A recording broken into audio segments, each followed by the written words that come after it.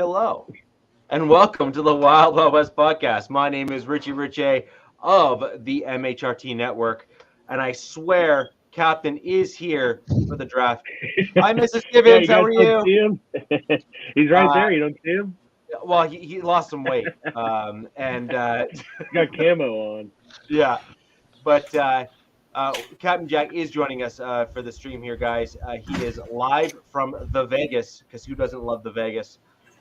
But over here directly to my left or right, depending on which way you are facing your screen, is the one and only, the real Alex Gibbons. You can go ahead and catch his content over on Arrowhead Addict. You can also catch him quickly coming up again on season 2 of the Lightning Fast Fantasy Podcast. And no, I cannot say it any faster than that. Lightning fast. No, it's the second part you got to add to it.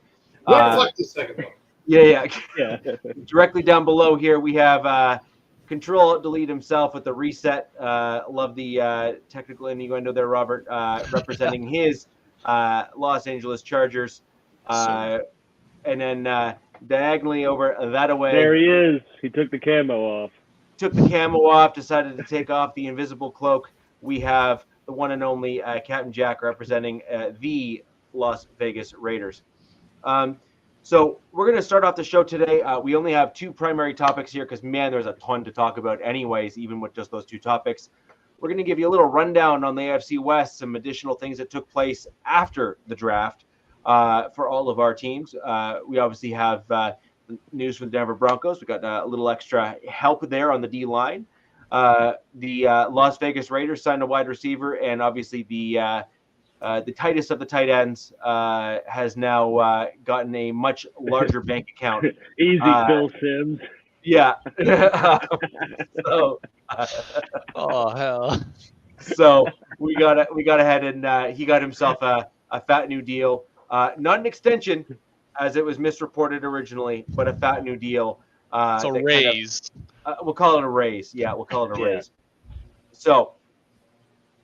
Let's start off with you, Alex, and we'll get into Mr. Kelsey and his contract extension there, or we'll call it addition, extra bag. How's that? Yeah, there we go. The extra bag. Yeah, Kelsey signed a 2-year extra bag deal. I don't think the exact specifics of it have come out in terms of money, but I know he's like the highest paid tight end now. So they kind of reset the market, so to speak, but. I think it was just a move that needed to be done. One, just with the kind of cuts the ties of any looming playoff or retirement conversations, and just ensures like both Kelsey and Chris Jones, like those big extensions that they did, they kept the core together to see it through. So. Good move, and then only other thing they've done is they re-signed Jack Cochran as well, who was a linebacker. You got to sign Jack Cochran. Are you kidding me? My goodness! I mean, 3-time Super Bowl champ, Jack Cochran. He has a ring. 30 Raiders on there that got 3. No. That have 3 rings. Yes, there's quite a few Raiders. Actively. No, not actively. There we go. But there are 3 Raiders. You know what? Hey, for them. How about you let me talk about my team, and I'll let you talk about yours. I was talking about the dude that you had to sign. Get you a monologue here. That's why. Smug. Well, let's get into your Michael Gallup. That's such a good signing. No. 1 game in 8 years. But my God, let's hear how it's going to be great. Just another guy, dude. There we go. Just another guy. But you got to sign. There he is. What was the name of the guy that you had to sign? Travis Kelce. No. The guy you said, we had to sign this guy too. And I'm the one that said, what was his name? That's not what I said. I said they also signed Jack Cochran. There you go. Yeah, because you can't have the team without Jack Cochran. That's all I'm saying. No, you can't. All right, there we go. There's your Chiefs news. So right after the draft, almost immediately after the draft, it was announced the Denver Broncos traded not a 2026 6th round pick, for John Franklin Myers from the Jets. I thought that was a pretty solid move on behalf of the Broncos.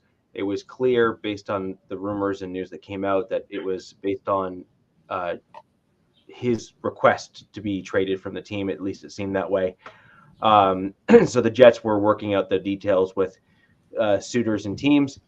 Some interesting stats with regards to Franklin Myers. In 2022, he had 5 sacks, and in 2023, he had 3.5 sacks. He also played out elements of his career, both we'll call it collegiately, on the edge. Sorry. So there's an earthquake in Vegas right now. Yeah, Earthquake. less boost. But with regards to Franklin Myers, he played a lot of his career on the edge. So he's got that rushing ability, the ability to get into the backfield. He's got certain kind of tools in his tool belt to get into the backfield. He will be paired alongside with Allen, who had a great season for us as the year went on with the Denver Broncos. And DJ Jones, by all accounts, as it stands right now, is going to be the starting nose or D tackle. So I think that's going to be a much better interior D line than I was originally expecting the Denver Broncos to be fielding this season. Don't mistake those comments for me being comfortable with my interior defensive line for my Denver Broncos, because that would also be a mistake. The issues really start to show and rear their ugly heads when you start looking at the depth, which is a horror show. And we'll just leave it at that. Well, there's another word, but I have kids present in the house. So when you look at kind of what we're looking at and all that kind of stuff, we have a good starting front there, and then we have a depth piece potentially that can come in on nose with a couple questions, or D tackle with a few question marks, and that's Wazirike, who I expect to be reinstated shortly into the NFL. See how his progression has gone, or if he's even makes the team.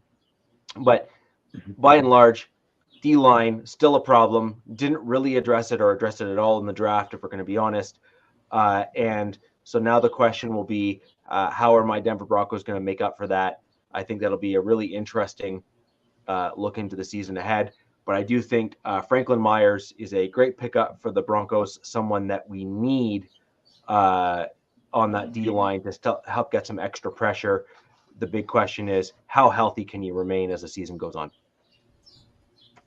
Okay. All right. I liked. We'll get into the draft a little bit more as we go on. But I liked. Believe it was your 4th round pick you made, a certain wide receiver. We'll get into that a little bit more, and also talking about your quarterback. As far as Chargers news goes, we really didn't do much apart from the draft, but that was probably the best draft I've ever seen them have in my existence as a fan. Shocker, it's the first year that Telesco's gone that we actually drafted good past the 4th round.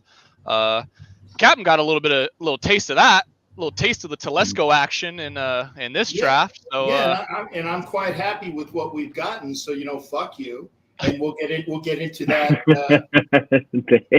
We'll get into that when we go over to the Raiders stuff. Sorry, Rich. I apologize. That was just a natural slip. Natural slip, Well, I think that was a Floridian slip, but you're in Vegas, so we can't even use that excuse anymore. No, that was just a slip. Yeah, I talk agree. about Gallup. So let's move on to the Las Vegas Raiders, since they actually made some signings and some moves after the draft. And let's talk about your newest addition there, Captain. Yeah, actually, and I think that we went over it when I was going through the process with Smug up top, that you had to have that one person. He said, and you guys signed up with Val. Okay, we did need a receiver. Yeah, and we will go into the UDFAs on another show, because that we actually picked up a quite promising UDFA. But before we even get there, Michael Gallup was a fantastic receiver a couple years ago for the Cowboys. He actually made his money basically off of 1 year, and then he hasn't been able to come back from his injury. But it's one of those things. It's a 1 year prove it deal. And if he can get on the field and do any of those things that he did when he was that star performer with the Cowboys, it's quite a good deal for, a proven one year deal for a capable receiver, providing he can stay on the field. And that's the whole thing with Michael Gallup. So the draft was I was quite happy with the draft, although and I don't know, for those that do follow me on Facebook and Instagram, of course, when they have a hatchet piece talking anything negative about the Raiders, whose picture do they? Yeah, that was a great picture. It was from last year too. It was the NFL guy got that. It was on the NFL website, and it was a great picture. So they got a hatchet piece on the Raiders, and then they go through their file footage and like, what would be a really good picture to put, so the show discontent about the Raiders. Oh, here's one from a Raider fan who's giving this. Usually the writer gets to pick it. Yeah, and again, I don't have any NIL contract, but little cat and photos everywhere. Here's the thing: it's like, so they talk crap. I caught myself that time. They talk crap about the Raiders, and then they go through the file footage, and it's been like the third or fourth time where they have a crap piece on the Raiders, and then of course my mug is up there, and so it appears like I am endorsing this load of crap, okay, that was on the screen. So again, don't care the analytics. There are things about there's statistics, damn statistics and lies. You could twist numbers to however you want to do it. The hell was? Oh, okay. Now I get it. Okay, yeah. Now I get it. Took a business day to get there. Yeah, I was waiting. There you go. Hey, yeah. I had to do it. They had a kid. They had a kid in at the last day of the draft. They were saying like the youngest member of the crowd that was dressed in gear. And it was a kid that was maybe like 2 months old, and the guy threw him up like, just like that, Good day, no better, I don't know the words, whatever. An iconic thing. I don't think anyone knows the words. That's the point. Know the words. But they won. It gets the people going. There you go. But it was cool. No, Dad, I'm not complaining about pictures. It's just that I always seem to get the negative crap, from that. Again, somebody was saying that, I'm not going to lie. I laughed pretty hard when I read the headline. It was like, worst draft ever. And it just, like, yeah. Whatever. Just good. I know that that's not how you feel. I'm just saying the optics of it were fun. Yeah, and again, I just about at least the third time I can remember that there's a hatchet piece, and I'm the photo that was picked for it. But Rich, DZ wants to know if that's a new child. What is that? Is that a shepherd? You're muted. Sorry, DZ. I'm a human. This is a dog. You have a lot of fur on you, though. I do. I'm north. You're Wolf Man. I'm from up north. I am. You're like Michael J. Fox in that one movie. Yeah. So, anywho, you clearly need to return to some kind of biology class somewhere, and kind of like work on that. I did get a new puppy. This is Piper. That's a cute dog. Piper is an Australian Shepherd and Poodle cross, and as time goes on, in very short order, Piper will get much larger, and will no longer look like Simba as I hold her up on camera. You got to. So she is just over 7 weeks old, which is why she's knee high to a duck, and she will get much bigger, very quickly, in a short order. But yeah, and I still have my dog Bronco. He's just not here with me right now today. But yeah, so I got a few animals in the house now, including myself. None more than yourself, of course. Yeah, I was going to say the biggest animal is the one that's talking. So yeah, exactly. So, yes, Ed, we have many ducks up here, multiple species, or multiple variants of them too. So, and we are big on hunting them here as well. I do like a good duck. Yeah. So, Quack, quack. some interesting. I actually think most of our teams, with the exception obviously of the Chargers, who I think are probably just doing some assessments and stuff like that right now, made some, I think, needed adjustments to our teams after the draft, which I think is a good thing. And so now the question is, what are we going to do from here? Alex, I'm going to throw to you in terms of talking about your draft for the Chiefs, getting your takes on it as a Super Bowl champs. I think it's going to be interesting to kind of see what you did, what you didn't do, et cetera, and go from there. Yeah. So, I mean, first things first, we definitely got the question answered of what they were prioritizing in terms of receiver or corner or offensive tackle. Seeing them move up 4 spots with the Bills, ironically. You guys have dirt on the Bills or something? Like, I don't know. They must have they some gotta have bad picture of B, and something they're just like, on hey, it, man. give me your picks, and he's like, no, and then he's just like, I'll post it. All right.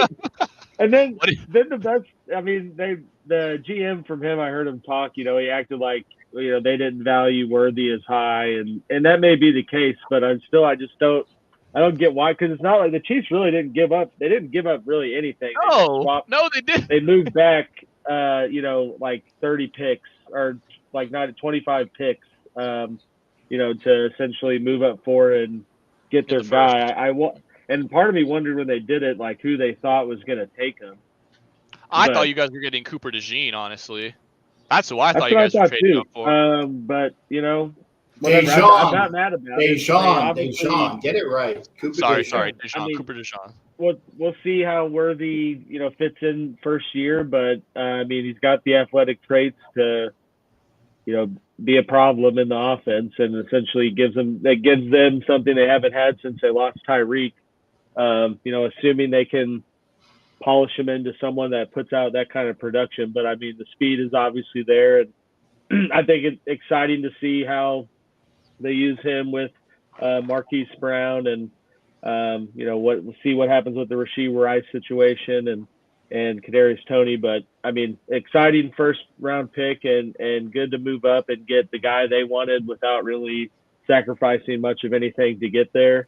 So pretty pumped about that one. Can we just touch base on that? So before the draft, there was a tremendous amount of speculation about what it would take to move up in this year's draft. Really all the way from pick 1, even down past pick, 14, 15, 16, so on and so forth, because some of the things that we didn't expect to happen, at least in that magnitude, happened. And some of the things that we were thinking might then occur never did. And so it was kind of weird how it all played out.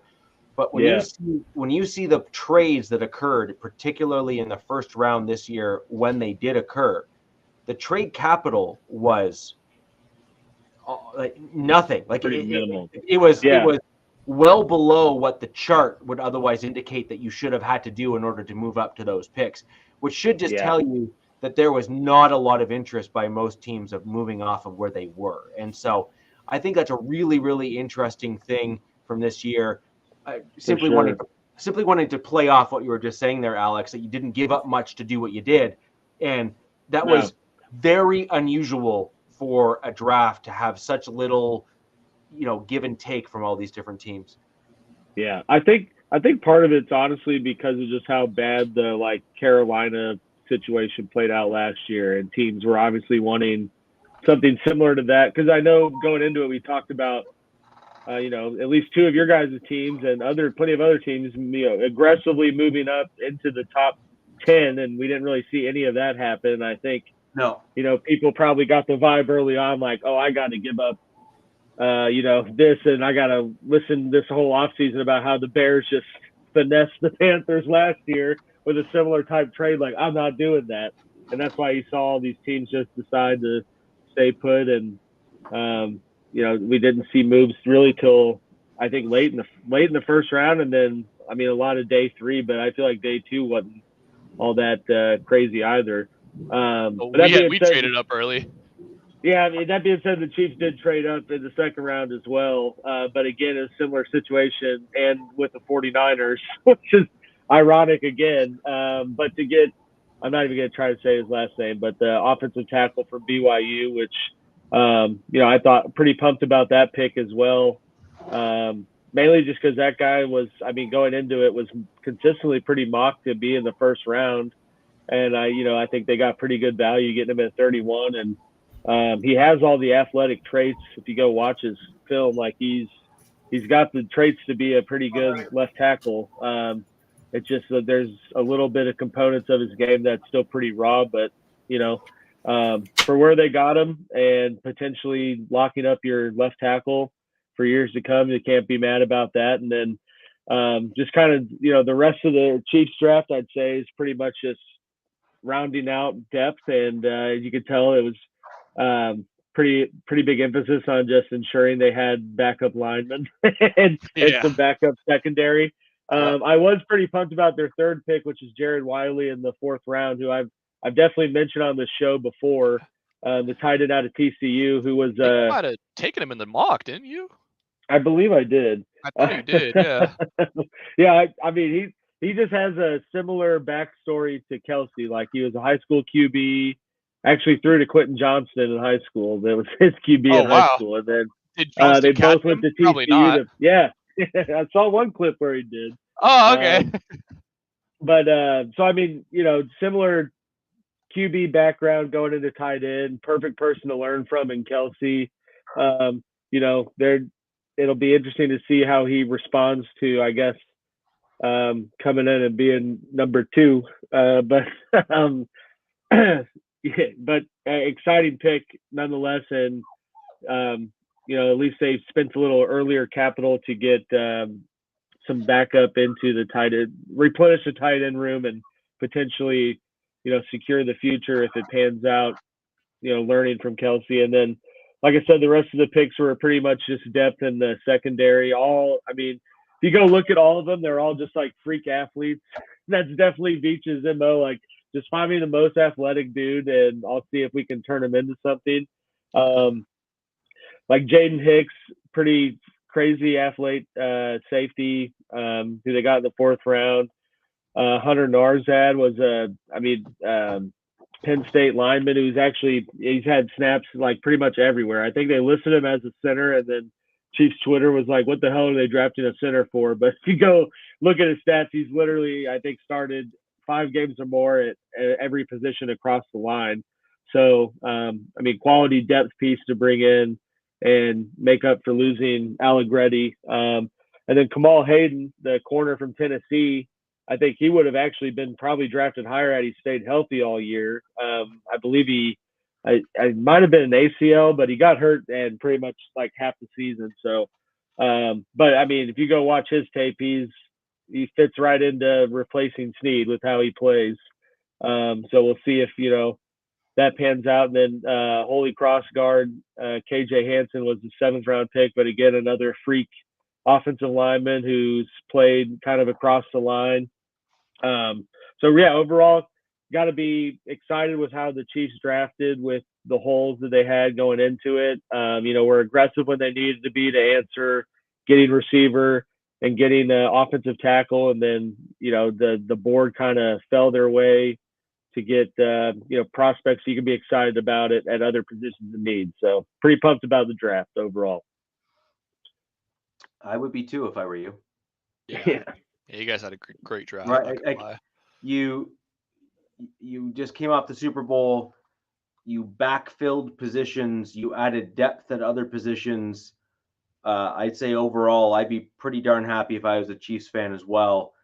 And trust me when I say that That's a tough thing to say aloud as a Broncos fan. It's like I second that as a Chargers fan. yeah, it's like don't know if I care for what just happened there, but hey, you knew a Chiefs pick was good when you were like, damn it. Yeah, exactly. Why? The best was watching. There's like a stream on Twitter of some Bills guys, like they were kind of streaming while they're watching the draft, and they're like, "We got to go receiver here. We got to get." They like say Worthy or Mitchell, I think, and then they're like, "Oh, it's a trade," and then it shows them like change to Kansas City, and they're all like, just like, "What the f's going on? Like, what are we doing?" Oh my God. But yeah. I guess kind of looking at my draft, because we had in essence similar first 2-round needs in terms of O-line and wide receiver. We went the flip way with it. And I gotta say, when we picked Joe Alt on day one, I was not thrilled. I was happy. I was not thrilled. After each pick we made in the following 2 days, the Joe Alt pick got better and better and better and better. And it got to the point now where we're at the end of the draft, and I'm like, this was easily the best draft I've seen us have. I can't remember, because we didn't reach for anybody insanely high. And by that, I mean like in the 3rd or 2nd round. And on top of that, we addressed positions of need while not having to reach. You took the best possible lineman in Joe Alt. That was a sensational pick. You got a 1st-round talent in Ladd McConkey, who is not going to play the same style as Keenan Allen, but has very similar Keenan Allen traits in that he's a fantastic route runner. But the one thing he doesn't have that he does have that Keenan didn't have is genuine speed. The dude ran a 4.39, which is easily going to be the best or the fastest wide receiver on our team. So like, it was with those 2 picks, I was already happy. And then, I'm not gonna lie to you, I was pardon my French, I was shitting bricks on day 3 or on day 2, because when it hurts. when he went up there to announce and he said Jim Harbaugh got one of his guys, I was like, no way it's going to be Blake Corum. No way you're taking Blake Corum in the 3rd round. And it wasn't. It was Junior Colson, and that my mood changed from like borderline depression to instant gratification, because it was a huge position of need. He was easily the top-rated linebacker coming out of the draft, and you got him in the 3rd round. He's going to play the exact same system that he played in college. He's going to have the same DC, same head coach. They're probably going to give him the green dot, honestly, which is crazy to think as a rookie he's going to be calling the defense. But I think it makes he did this one national sense. Championship. Yeah, exactly. And I talked about this. I can't even remember how many episodes ago. I said there was one thing that we've never had on defense since Merriman, maybe, and it's that leader that he's going to rally the troops, the general of the defense. We've never had that, and Junior Colson can 100% say, or can 100%. Not. I mean, listen, man. I'm realistic. All right. I love my team, but I try to be as realistic as possible. But yeah, getting Colson in the 3rd. I mean, that's such an insane pick. That was easily my favorite pick of the entire draft. As much as I love Alt and McConkey, that Colson pick made the draft for me. And then, like you said, going into the later rounds, just getting more depth pieces. We went D-line with the 4th round pick, which I love. Got a SEC guy in Justin. I'm going to totally botch that last name, so I'm not even going to try it. But the DT out of Alabama, basically. It's Jabobi. Yeah. Eboigebe. But yeah, and then you go 2 cornerbacks back to back. There's back, baby. Welcome back. You go cornerback back to back in round 5 and round 6. I'm sorry, in back to back in round 5. I almost wish they would have just flipped those picks, because I actually like Cam Hart better than Tarheeb Steele. But we got both, so I'm not going to complain. And then, obviously our 7th round pick, great story of the draft, Brendan Rice. I thought that was a steal in a 7th round. I could not believe he fell that far. The fact that we triple dipped on wide receivers gave me a lot of hope for this front office, because it recognized that was a position of need purely based off of just needing bodies in the room. You had 4 wide receivers going into the draft, and let's be honest, like only 2 of them were really starting caliber. So, all in all, I got to say this was probably one of the best drafts we've had in a long time. I'm very excited for the direction of this team. And I mean, a lot of these dudes are hardball picks. Like it just makes so much sense that he takes some of these guys. I'm shocked he only took 2 Michigan guys. Well, I called it. Look, he's not gonna just draft all Michigan players. It's not happening. He's gonna take dudes I know. I'm just kidding. His guys, But the Cornelius Johnson pick, I like that one too. I like that pick a lot. I think similar. Obviously knows what Harbaugh wants in a receiver, and Harbaugh knows what he's getting out of him. Pretty sick value. Yeah, exactly. So, I thought you guys had a really good draft. I know you and I talked, and I was definitely like, dude, why would they take Alt? But like you said, it definitely aged like fine wine. Yep. I messaged you, Robert, right away. Yeah, you did. And I know. And I felt I was like a counselor, someone who had to talk you off the ledge. Yeah. And I think you and all the other Chargers folks that reached out to me, I think I messaged a few Chargers people as well. Alex, you and I think messaged at the same time. Is you guys are completely when you guys picked Alt, everyone lost their mind because they immediately said, like, why would you X, Y, and Z? And what you're missing is Slater was an elite right tackle at the college ranks. Mm-hmm. And in fact, he projected to be a better right tackle in the NFL level than he did a left tackle. Yeah. Now, you lucked out, and the dude turned out to be ambidextrous.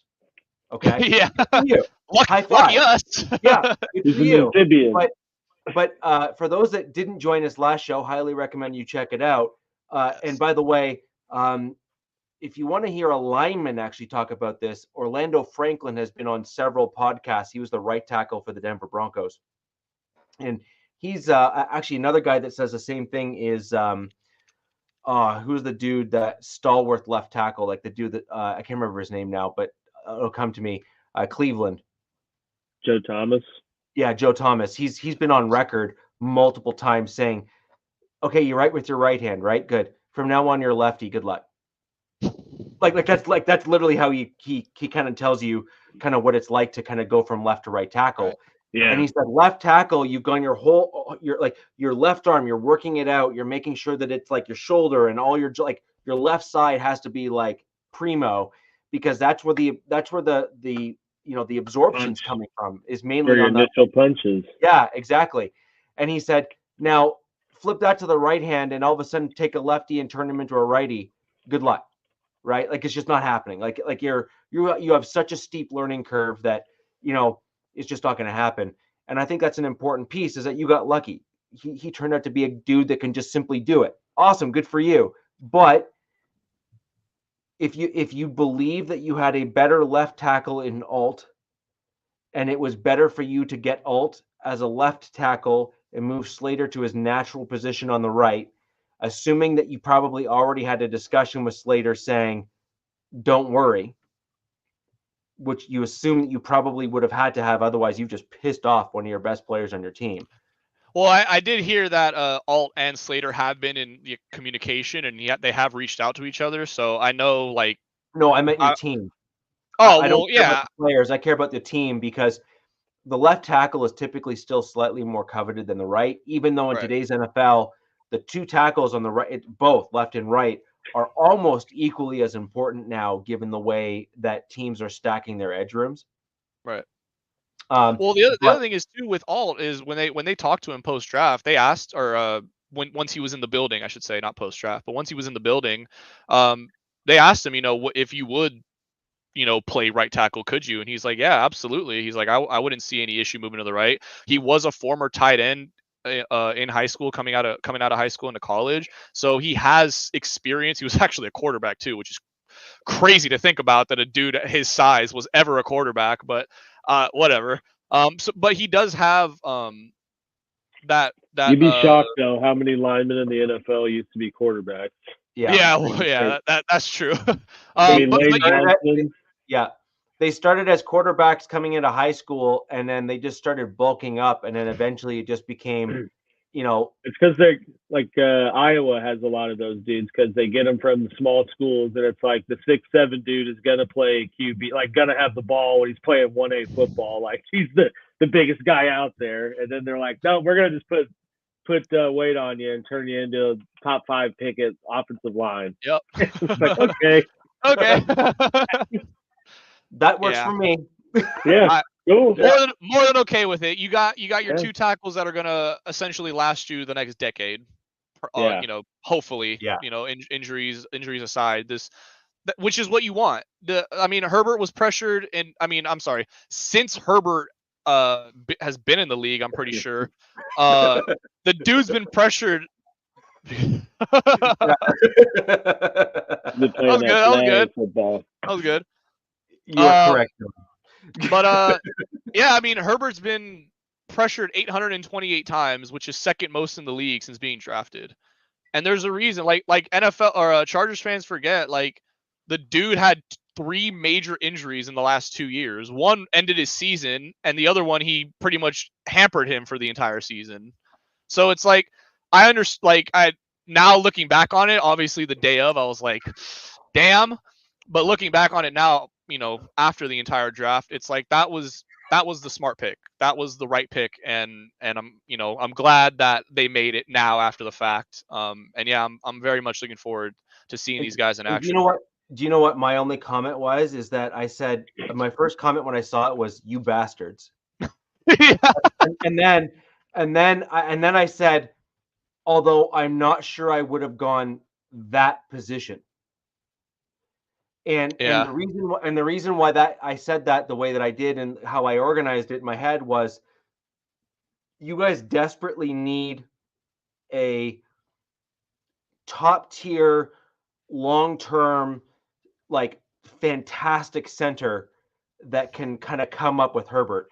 Herbert's not going anywhere, like unless he has some catastrophic injury, right? So he's going to be your quarterback, and that's just that, right? So fine, fair enough. But you need that center. You saw A versus B. You saw your team with a center and without a center. And let's just be honest, you got a top 5 pick because you didn't have a center, right? It is just that simple. And so, because we had a terrible head coach. You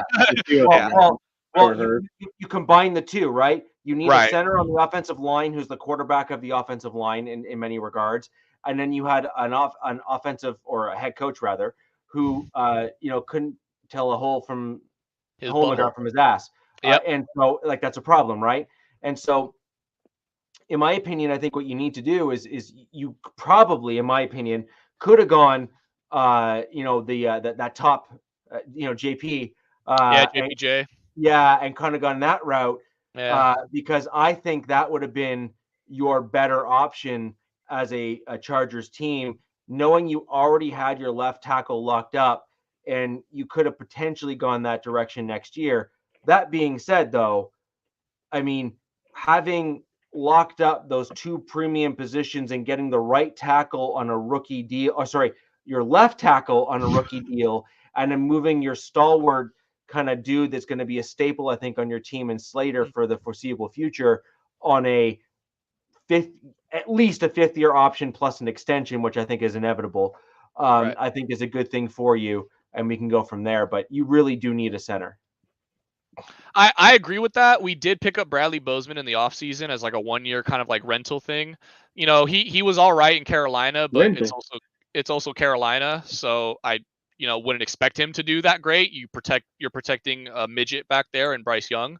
So I don't fully blame him for his season last year. On top of that, he's going to be paired with a much better O-line than he had in Carolina, so that should prove fruitful just in and of itself. I agree with you though. I think honestly, yeah, we are putting a lot of faith in him, but at the same time, it's like you needed to take a wide receiver. Like you didn't take it with the Yeah. first round pick, and that's fine. Like I understand that now coming out of it, but you needed to take a wide receiver at 2, especially with the run on wide receivers that was happening at the end of the first round going into the second round. That's why we traded up. It's because we knew that receivers were going like hotcakes, and it was probably going to be Washington that was going to take Ladd McConkey.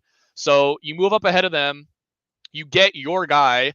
And the thing I love about it, though, is had this been Telesco, he would have reached for a position of need that wasn't wide receiver. He would have gone somewhere completely different, and it might have worked out because of the way the draft went, with all those QBs going early, with all those offensive players going early. Yeah, he probably would have taken Dijon, exactly, which I would have been fine with.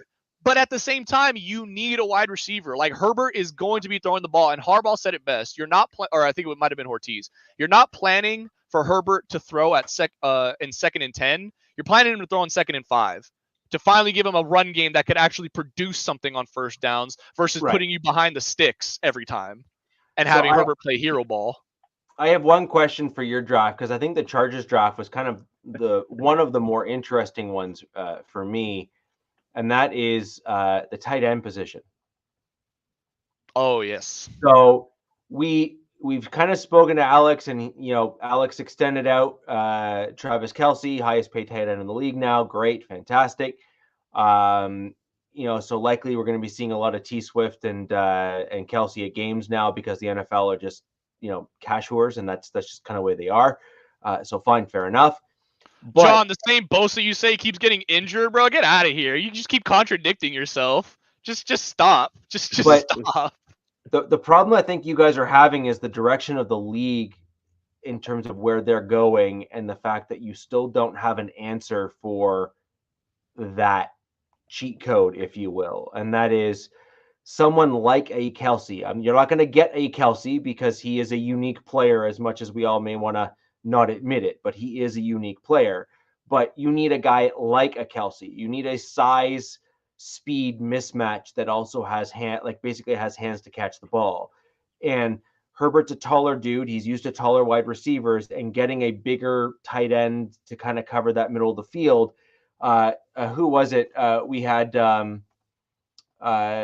Johnson. We had Big E. He was actually making a really good point, and that was that they felt that your wide receiver pick was going to be kind of like a Wes Welker type dude, and that's great. But the problem is that a Wes Welker style player is at a wide receiver position is actually going the way of the dodo at the NFL level. What you're seeing instead are these 6'4", 6'5", 220 to 230 pound DK Metcalf. Yeah, like DJ Metcalf. Or you're getting a dude like a Travis Kelce, or insert other tight end who is similarly sized, like a Kittle, for example, playing that spot, who's basically eating up those middle linebackers because they're taller and faster. So I feel that you guys don't necessarily have an answer for that direction that the NFL is clearly going in. I mean, I will say I know you're comparing him to like Wes Welker, but he's more than just, create separation, catch the ball, go down. Like the dude has genuine getaway speed, and that's something the Chargers have not had. The Chargers have not had that breakaway speed from really anybody of their receiving core. It's always been like you look at the Dolphins, and you look at the Dolphins, and you look at Tua and Waddle and that track star wide receivers they have, where Tua doesn't got to do much. Tua's like, all right, cool, 15, 10-yard pass, and let them do the rest. And they'll take it upfield 20, 30, 40, 50 yards for a touchdown. And that's something that Herbert has never had the the pleasure, I guess, of having on his team. It's always been him having to drive constantly down the field, pretty much where he puts the ball in his receivers' hands. And that's where they're going to catch it, and that's where they're going to go down. Yeah, I agree. I agree. So, with regards to the Broncos draft, kind of moving on to my team here, and then Captain will close out the group here with the Raiders draft, because I actually have I want to spend some time on the Raiders draft as well, because I think it had some really interesting picks. I really do. So I have a few interesting takes on the Broncos draft, which I assume you expect nothing more from me in terms of how I analyze my own team. Oh yeah. So a bit of a hot take. If there's that little button that Coach has, that would be the time to play it now. Little air horn, little air horn action. So if you listen closely, and I mean actually listen to the presser that came from the two Paytons, one who spells his name squared. Yeah, Payton squared. Basically, one spells their last name correctly, and the other one just forgot how to spell. But at least he spokes good. But there's a joke in there. I heard it. I Okay, heard it. Don't worry. There It was recognized. It was recognized. Okay. All right. Come on. I was like, dude, like you just came out of school. I figured you'd have nailed that. Come on. Otherwise, geez, California's gone downhill quick. Well, that might be true separately.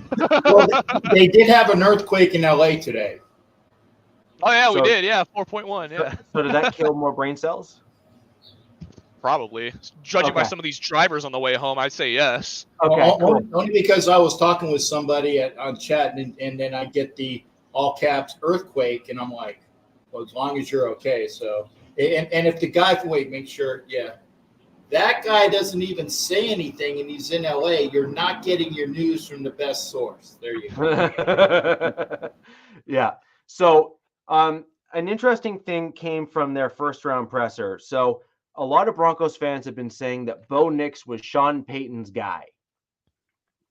And I'm sorry to say that two things can be true.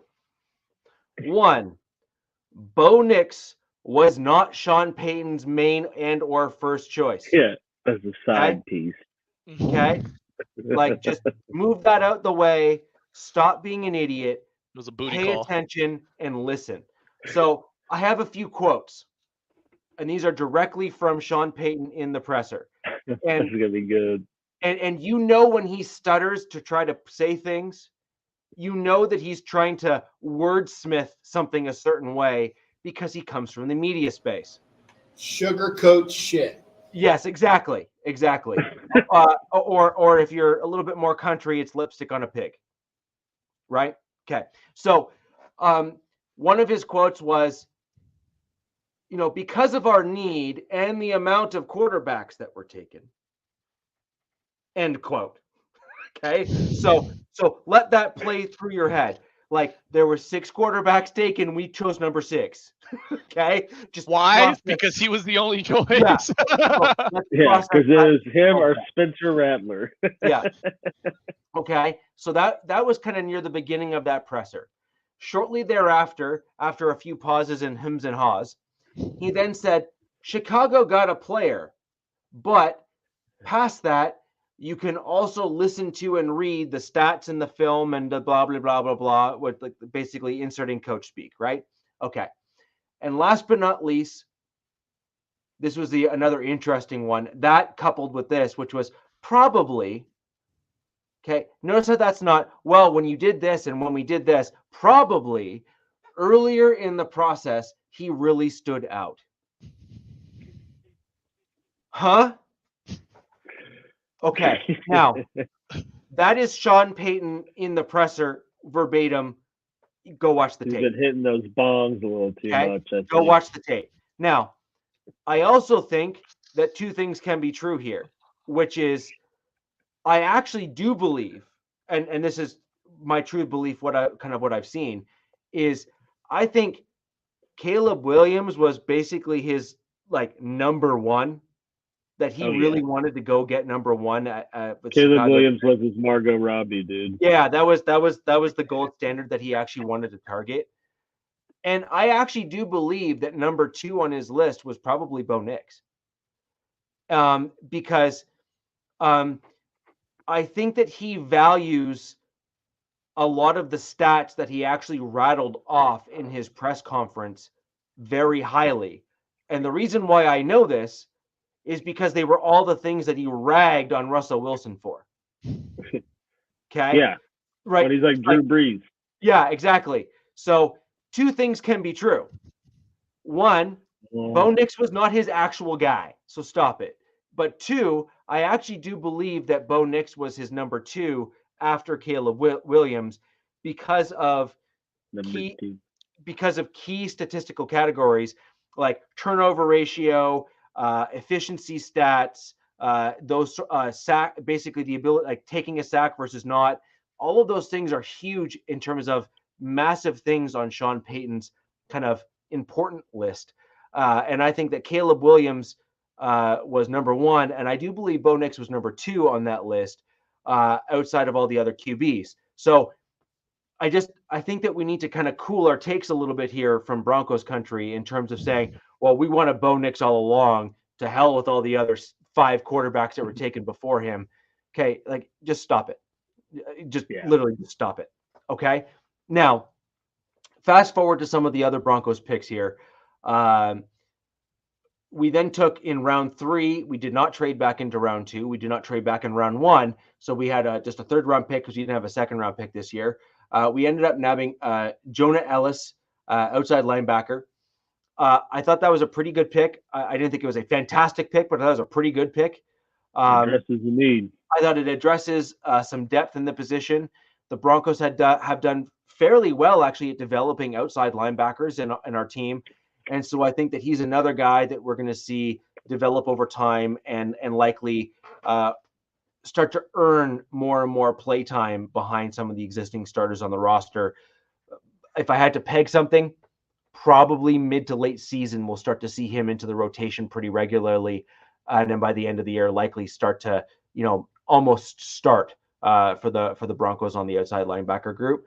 And that's kind of where I have him predicted in terms of kind of where he's going to slot on the team.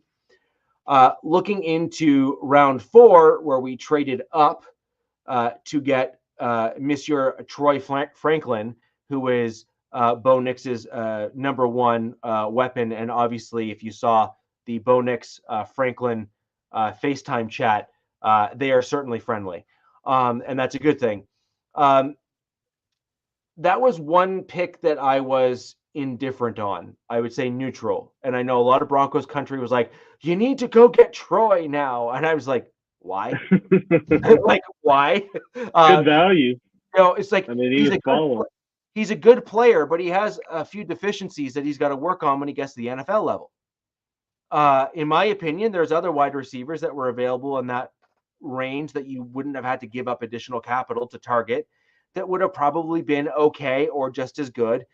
And but I do see the mental math behind it. I do see the reason why you'd go and do that. You get a security blanket for a rookie quarterback who has a shorthand with the guy already. And so while I am personally neutral on it, I can absolutely appreciate and understand why my Denver Broncos went in that direction.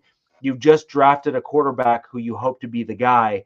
You need to put everything in front of him to enable him to be the guy.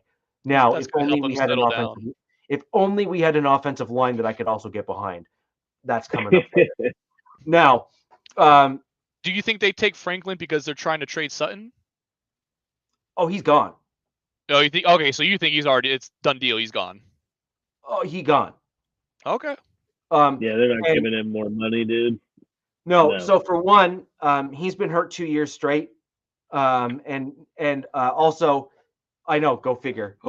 And in addition to that, for a wide receiver to demand the type of money he's demanding, without the production, where's the production? He's had one 1,000-yard season. Look, he's done very well in terms of touchdowns and catching those 50-50 balls. And last year, you have to give credit where credit's due. He caught some pretty amazing passes that were misthrown or difficult catches. So credit where credit's due to Sutton. I like Sutton, I really do, but not at that price. not at that Yeah. price, not worth it. The answer is no. He In saw my- Judy get paid, and he's like, "I'm trying to get some of that." Well, Judy, as soon as I saw that deal, I was like, Cleveland, dude. I was like, That's thank you. Cleveland. They just give anyone money, dude. Yeah, bye for now. We can yeah. go get contracts from them probably right now. Yeah. Yeah, So and you see Cleveland's trying to get their stadium paid for now by the Yeah. city. Yeah. And then we ended up getting Chris Abrams-Drain as a cornerback in round My 5. Z, baby. Good pick. So I like the pick. Good beat. I like the pick. I think he's a good pick for the Broncos. We've also done fairly well at developing corners and secondary players here in Denver. Yeah, I'll say. So I think that he's a good pickup for us. I think we can work with that, and I think we can kind of start adding him into the mix. He could surprise if he really does well in preseason by starting to take reps away from some of the other dudes we have in the room, but that's a wait and see for the Denver Broncos. We then got Audric Estim. That's a side gig. On public access TV was the best part. That's a side gig. He's got the tin hair too, with like the little flip spike thing. Him and Zach Wilson would get along. Yeah. And I guess the other thing that he's got going on is he's got the Zach Allen the Zach Wilson look. Sorry. Just give me Zach Wilson's mom, man. That's all I want. Well, speaking of moms, the Denver soccer moms were never so happy until the day where he was drafted to the Denver Broncos. Minivans were immediately getting retrofitted in the back. But oh my God! Down the hill. Yeah. So. The kids are gone now, so I can say things like that. So we got Audric Estim as a running back in round 5. A few really interesting things with Audric as a player. He's a converted wide receiver, converted to running back, which is an interesting transition. It's normally the other way around. Where Richie, that's the kid out of Notre Dame, correct? I believe so. Yeah. Yeah. Great pick. I will say that. I was. Yeah. I'm sure Tennis pretty pumped. Yeah. Yeah, and we've got some interesting competition at the running back position now with Jaleel McLaughlin, Audric. The arms of the angel. Cue the music, man. You got McLaughlin in the back. ESTEM and then an accent over the E, which is Estim. Estim. S time. Yeah, so he is. It's time to be on the Broncos, man. That's going. Yeah. So I see him being kind of that all-purpose guy who's very much actually in the same vein as Jaleel there. So I think they're going to be fighting for picks. I think they're going to be for play time and everything else because they're going to fill similar roles. They both have size and speed that are very similar as well. And we have P. Ryan as well. And frankly, I think the one guy that's actually at risk right now on the roster is actually Williams. That's what I was about to say, because it'll be interesting because McLaughlin and this guy are both Peyton draft picks where Williams wasn't. And while I've always been a big Javonte Williams fan, but biggest assets availability, and he's either not available or underperforming when he is. So it'll be interesting to see how Peyton, picks, how he gives his guys a little more opportunity, because I think he will. Yeah, well, the Williams had his shot last year to bounce back, and he didn't do it. And so then you start to wonder. Hurt me in fantasy, dude. Is that a mental issue where he was just like, I was hurt and now I can't do it? Or was that I literally just can't do it? Yeah. He tore his ACL, right? He tore everything. Yeah, dude. That entire leg is. It's such a every hard thing to come back from. Like, it mentally, you could be just so jacked up about the whole process of that. Like, look at Derrick Rose, dude. Prime example. Biggest he just never came back. But then look at Adrian Peterson. He tore his ACL like 5 times. He's like, just fix it. I got another 2K in these legs. She's like, oh, torn ACL. Yeah, here's an MVP season. Yeah. But not like, look, let's be honest, like in a high contact and high collision position like running back, Adrian Peterson was a rare air player in terms of being able to come back from something like that. Now, interestingly enough, guys, you'll recall our mock draft. I selected Devon Vale to my Denver Broncos. And I had a reason for it, actually, when I did him. I selected him as a mock, not just because he was available when I was picking, but because he has that interesting mix between size and speed. He also has your pick for you, right? Pardon me? No. I get it. No. It was like the computer picked for him in the actual draft too. Yeah. Like, Fuaga. Yeah. No, I'm kidding. Yeah. Sorry. Yeah.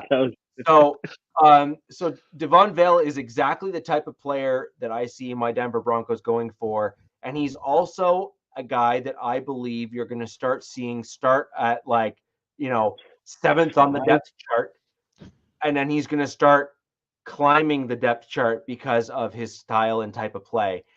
I think he's going to start supplanting guys that you'd expect to him not supplant, and I think he's got some unique talent. I also think he has maturity because he is older than many of the guys on the roster, and he knows that this is his shot. He probably has very clear vision from what I've been reading up in terms of, I have a window, I need to capitalize, and that's that. So anyways, that's that is a target. Yeah. There's your Sutton replacement right there, dude. Well, that's exactly it. And you also have to remember you got 40. I'm trying to pull up his 40. I'm trying to see what that was. It was like 4.47. Oh yeah, okay. So pretty good. Yeah, pretty like he's good. not slow, but he's not lightning fast. He's in that like perfect, above average, but not crap kind of zone. He'll beat right? some guys, but also get beat sometimes. Yeah. And I actually prefer players like that because they've had to develop skills where guys like Tyreek Hill, who is just so bloody fast, he was just like, I'll run past you, peace out. But the problem is that those guys are always coin flips, those speed guys, the super fast guys, because they either come to the NFL and do what Tyreek did, which was, I need to learn, or they just say, I'm so fast, who cares? And obviously Tyreek turned into the former, not the latter. But a guy who is in that ilk, who is not super quick and needs to actually do things, they learn skills, they learn technique, they learn how to run routes, they learn all of those things because they need to. Robert, I look to Keenan Allen, for example, as I was just going to mention him as well. Yep. Example of that. He was in that sweet spot. He wasn't super fast. He was kind of bigger, but he had to learn all of the skills if he ever wanted to succeed. And I see Vale as kind of a guy fits in. He's not going to be Keenan Allen good, at least not yet, obviously. But he could absolutely turn into that. He could. And then and again, Biggie, I agree. I don't believe they're going to move him to tight end simply because he doesn't have the overall mass to move to tight end. I believe that they're going to use him. He doesn't have the ass for tight end. Yes, he doesn't have the tight end, if you know what I mean, to make it into that position. You're going to convert him to a wide receiver, maybe? Well, no, he's already a wide out. So he has a wide out, and you're trying to get him to a tight end. Yeah, well, that's what Big E's wanting. I have no idea why he's all into tight ends, but hey, it is what it is. But with regards to Vale, I do see him being a slot guy and maybe like a fourth option in some packages. And just again, for the Broncos fans that are here on the podcast, and for all of the others who just kind of don't know the Broncos roster as well as I do and others, Jalen Virgil is another guy that you have to pay attention to for my Denver Broncos. He's 6'1" and is lightning fast, and he got hurt last year in early parts of camp. I believe that Sean Payton had big plans for him, and he had to change his offense when he went down. I truly believe that Virgil's a guy that we're going to start seeing a ton of playing time for. For those who may not remember him, at the very end of Wilson's first year, he was one of the last wideouts that he threw a touchdown pass to, and he's the guy that just burnt past the entire team for that last touchdown of the season for Wilson. Not last season, the season before, when Russell Wilson sucked, even worse. And then Waller might be retiring, Patriot. Yeah. And then last but not least, we got a Nick Gargiulo. I don't know if that's how you spell it or pronounce it, but it is what it is. He is an interior offensive lineman projected to end up as a guard. I've heard great things about him and his work ethic in terms of size, strength, and all indications are that he will project very well to the NFL. I see him as a practice squad depth piece for my Denver Broncos. However, because we have a few question marks in terms of both contracts and cap space and some other things, I could absolutely see him kind of pull a Quinn Miners sort of thing and go from kind of unknown to known player, because the Denver Broncos, they're about your production. They don't really give a crap where they drafted you. We have done very well with UDFAs as well. And so I think that's another thing. That's very true, Patriot. That's a very good point. He retired once he signed. Yeah. That was his retirement. I get how much? All Yeah. right. Good work, guys. Yeah. So that's the Denver Broncos draft. Overall, as I promised I would at the very beginning of when I broke it down, we literally got one lineman, and that was the part that I knew you were going to miss. That was like I was just, it's right there. Yeah, dude, I thought for sure you guys were going to go Fuaga. Yeah. And then I thought the Raiders were going to go Fuaga. Yeah. So so and Fuaga went one pick below to who? The Saints. Narlands. And this is exactly what I keep telling everyone who joins the podcast here. Who makes up the Denver Broncos front office? It is a bunch of John Elway holdovers from the front office who are all about flashy players. And who's left in New Orleans? A lot of Sean Payton leftovers who are there, who value linemen like the D-line and the offensive line. And that's why you end up with these absolute top-tier linemen that end up going to New Orleans, and they always seem to be competitive as a result. Well, they're also in a horrible division. Yeah, so everyone counts them out, and yet their line always seems to keep them in the division and in the league in the standings. So I think some people need to slow their roll when they're analyzing the Saints and the fact that they're building their team the right way.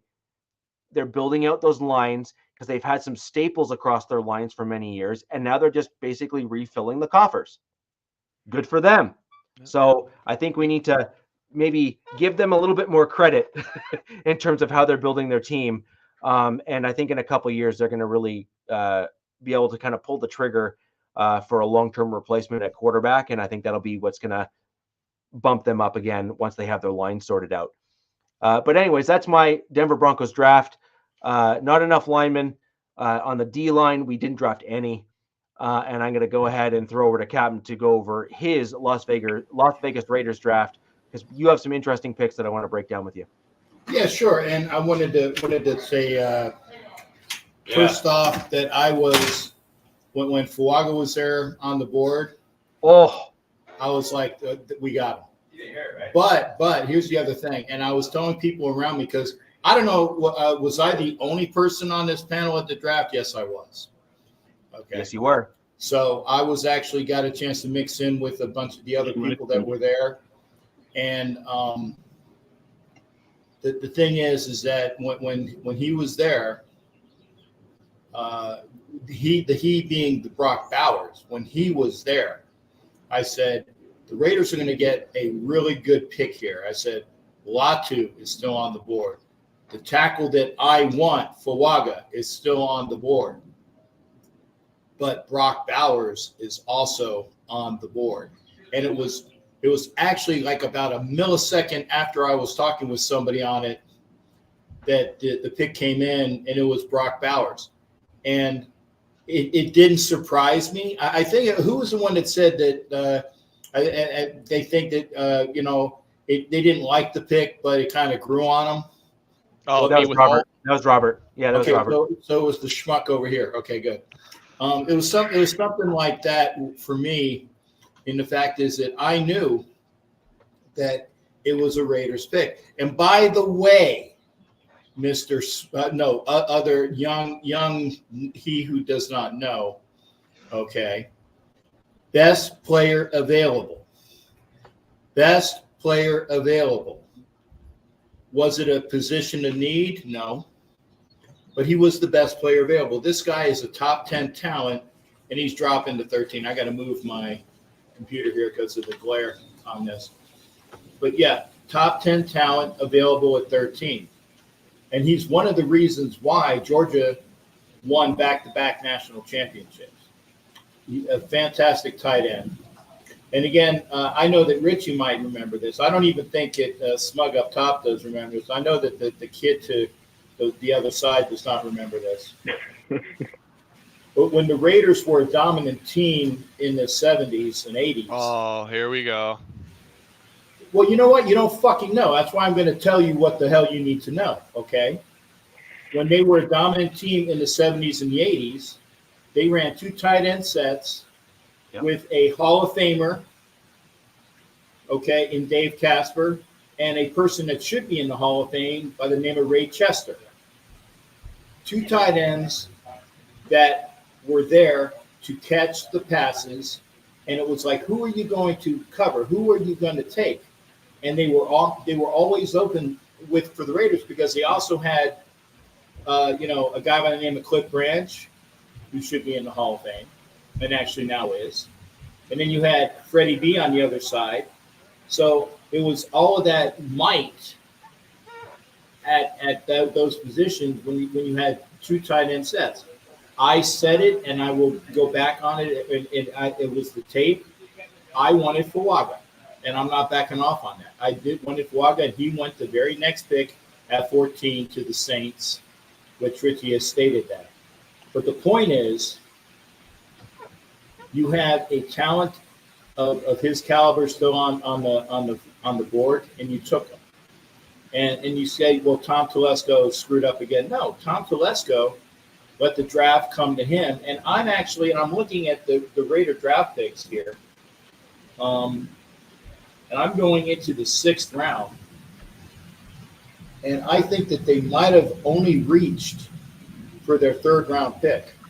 Because the quality of picks that they had going from rounds 1 through 6 were guys that were very capable, that ranked out very well, and it was also a position of needs for what they wanted. Okay, if you have Michael Mayer and Brock Bowers in the back, or actually, and it'll probably be Brock Bowers in probably an H-back position because he played that. At Georgia, you run him at like a fullback and H-back that he can go out and catch the passes and block, and you have Mayer as your legitimate online tight end. Okay, it's an amazing thing. The offensive firepower that the Raiders are going to have because their defense was pretty damn good last year. They were top 5 defense by the end of the year. Yeah, good on you. I'm going to get to that there, Georgia. That was the guy I think they reached on. Yeah. Okay. So, because I have a question for you. Before, is it about Bowers, or because I want to go to the best pick of the draft? No, it's about Bowers. Okay. So, I'm going to touch on your Raiders history lesson there. So glad he got us his house in Jamaica. Yeah. I don't know if you heard. Yeah, we're at the resort. Like I said, that was Hollywood again. I don't know whether you heard it. Somebody was saying that it looks like I'm at a resort. I'm just at Shea Hollywood. Go ahead, there, Rick. The one thing that you missed out when you were talking about when the Raiders were a more competitive team than they have been in recent years. Back in the like you said in the 70s there. You had a much better offensive line. And I think that you're not necessarily giving your offensive line from back in that era enough credit in the comments that you were making with those tight ends. So the reason why you were able to throw the ball to one of those tight ends or your wideouts or whatever the case may be is because you didn't require both of those two tight ends to block in line. You were able to break one of them out to pass catch. You were able to have the wideouts break out and then actually catch the ball. So you're telling me you know more about the Raiders' offensive line of the '70s than I do? No, I'm telling you that I think you're underselling your offensive line back then, which then No. enabled your tight ends I to do didn't it. I didn't even get into it because you're taking my points for the next two picks. It's called a segue, Richie. I have it lined up. Right. And I'm getting to the second part of what I'm mentioning with Bowers, which is if the intention, which I think it would be for your team to do, is to go ahead and rebuild the Raiders of old with the competitiveness that you had, I think you made a mistake with Bowers, just as I think my team, while we have a great corner in Surtain, I think that we could have gone in a different direction and built linemen or D-line or O-line instead and had a better pick. Oh, I don't know, like Slater. Sorry, Robert. When instead of picking Surtain at the pick we did. And what I'm going with that is I actually think Fuaga would have been a better pick for you or JPJ at pick 13 to fill out that offensive line, afford your young quarterback either this year or one that you pick in future years to get a solid offensive line in front of them, which then would allow them to throw the ball downfield and then make a guy like Bowers not needed. Yeah, I'm with Rich on this one. I think if you're going to try to protect your quarterback and you're rocking with AOC 4, I mean, even if you're rocking with Minshew had a pretty damn good O-line in Indianapolis, and that's why he was able to basically put them within a play of making the playoffs. If you guys would have had Fuaga and JPJ, man, that would have been a draft. Okay, well, and as people have said in here, I seem to recall that the Raiders' second-round pick and the best pick that the Raiders got in this year's draft was a guy by the name of Jackson Powers Johnson. Yep. In the second round. Not in the first round, in the second round. So you're talking about, well, you should have maybe had we got him in the second round. Again, I was hearing all of this from people that think they know. And again, you know a lot about your team, but you don't know all the ins and outs of everybody's team. And I don't presume that I know that, you know, what Harbaugh is doing, because I don't even think he knows what he's doing at times. You got Andy Reid doing his stuff, and you got Peyton, like I said, who's talking coach speak. And I want to thank the Atlanta Falcons and the Denver Broncos for taking care of things that we probably would have made a stupid choice. You would have. Overreaching for a quarterback by the name of Michael Penix and then Bo Nix, okay? Because that was what everybody was, well, the Raiders need Penix at 13. Raiders need Penix at 13. No, we don't. And the fact that the Raiders didn't pick a quarterback in this draft, when, again, we have the Charger fan who is all lambasting about, you know, Tom Telesco, and we also have, you know, Sharif Allah Khan, who calls him Tom Fiasco. Okay. Again, you're talking about stuff. Let's see what the hell this draft entails. Because, again, you have Jackson Powers Johnson coming in at guard. He's going to start this year. He's going to be a mauler, okay? The guy that I think we reached on was DJ Glaze out of Maryland, and I think he's probably going to be better fitted to either being a swing tackle or a big guard, because he's a behemoth. I agree. You guys keep talking about the Raiders' offensive line, but I seem to think that Colton Miller's our left tackle. I like the fact that Mumford is going to be the right tackle this year if it's not Dalton Wagner. Because, again, people forget about Dalton Wagner, that you can't teach height. You can't teach aggressiveness. and he's going to be a part of this mix. So you keep forgetting about the other pieces. And that's what I said.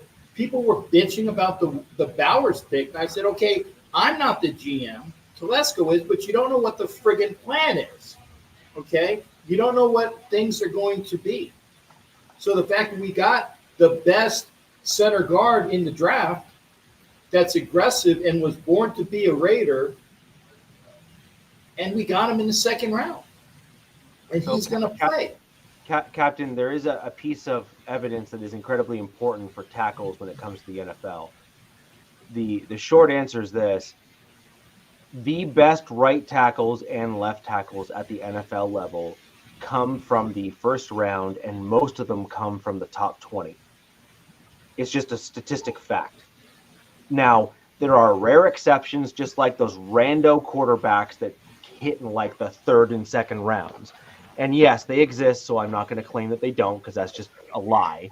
But overall, when you look at the totality of the NFL and those that do the best and play the best and are the top and the best at their respective positions, left or right tackle for that matter, the best of the best at the NFL level come from the top 20 picks in the first round of the NFL draft.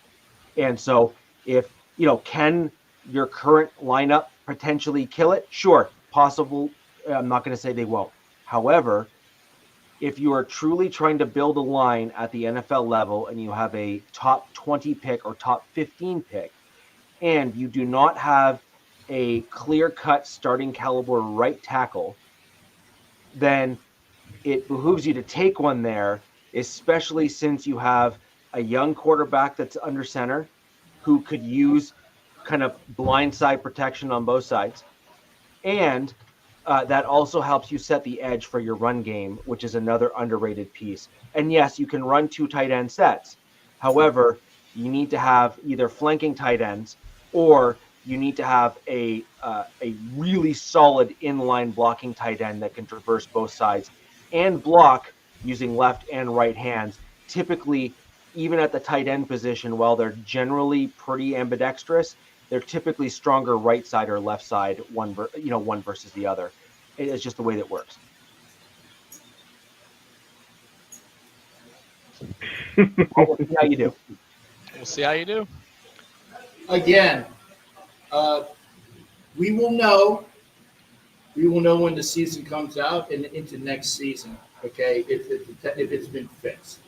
I really like what we have on our roster right now, okay? They didn't end up calling me.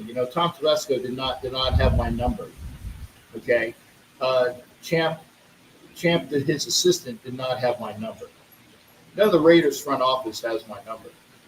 But point is, all I'm hearing is this, and let's see what it plays out. Because again, as I said, the only person I think that might have been a reach was Glaze in the third round, because I think he's gonna project to be a guard. That's just my opinion. Okay, so we ended up getting possibly 2 guards or a swing tackle.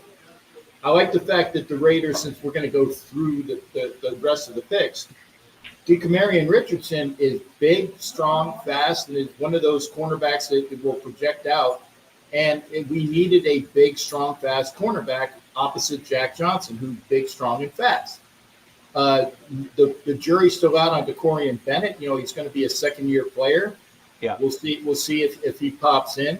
We got one of the best slot receivers in Hobbs, so they ended up getting another corner, which is what they needed. And by the way, I don't have a lot to say about the kid that we picked up in the 7th round, Devonshire out of Pitt. Just another guy. But just another guys are people like the best running back that the Broncos ever had was just another guy. We'll see what we got with that.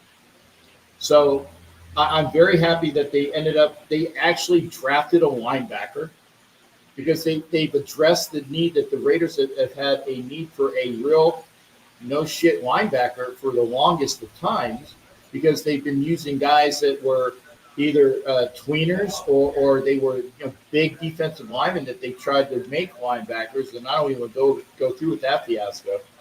Okay, but Eichenberg is a Big Ten product that all he does is tackle. And he was actually slated to be a first rounder last year, and he did another year, and I guess he dropped or whatever. But all the kid can do is tackling machine. Tackle.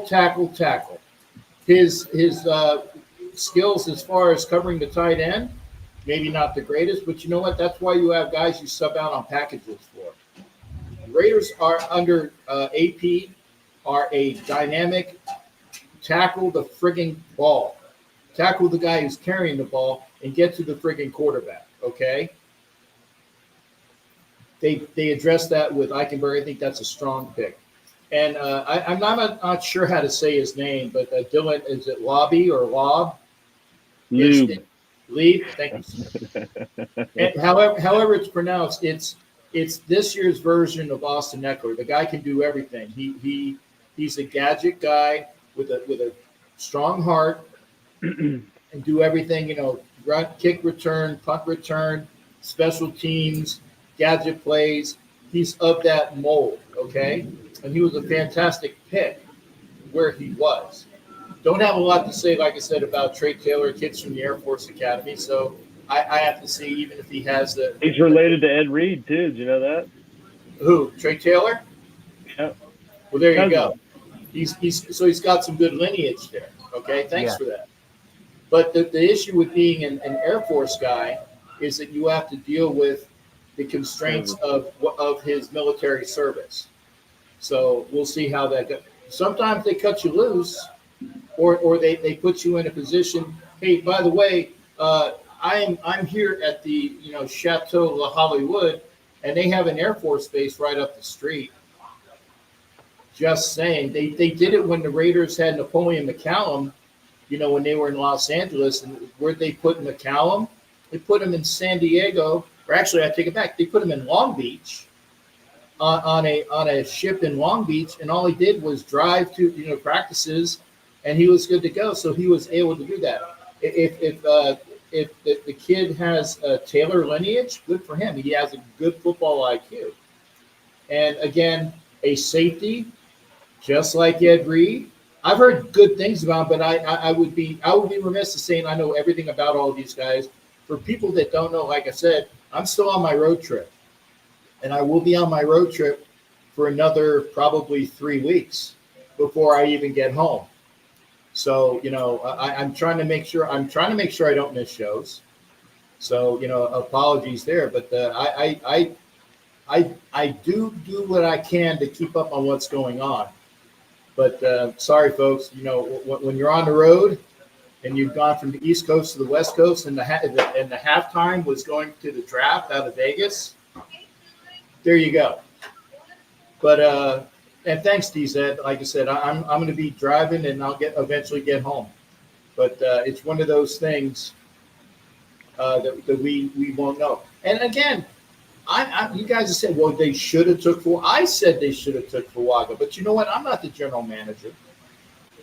And if they have a plan in place where they think that Wagner or Mumford is going to be their right tackle and he pans out, who's me to say that I know better than what they have projected out? And Mumford was an invaluable piece out of Ohio State. And Wagner is big as a house out of Arkansas, and you can't teach size and aggression. So we don't know what the plan is. So if you get a guy like Bowers, and you get the best interior offensive lineman in the second round, I'm all for it, guys. Again, let's see what it does and what it plays out on paper.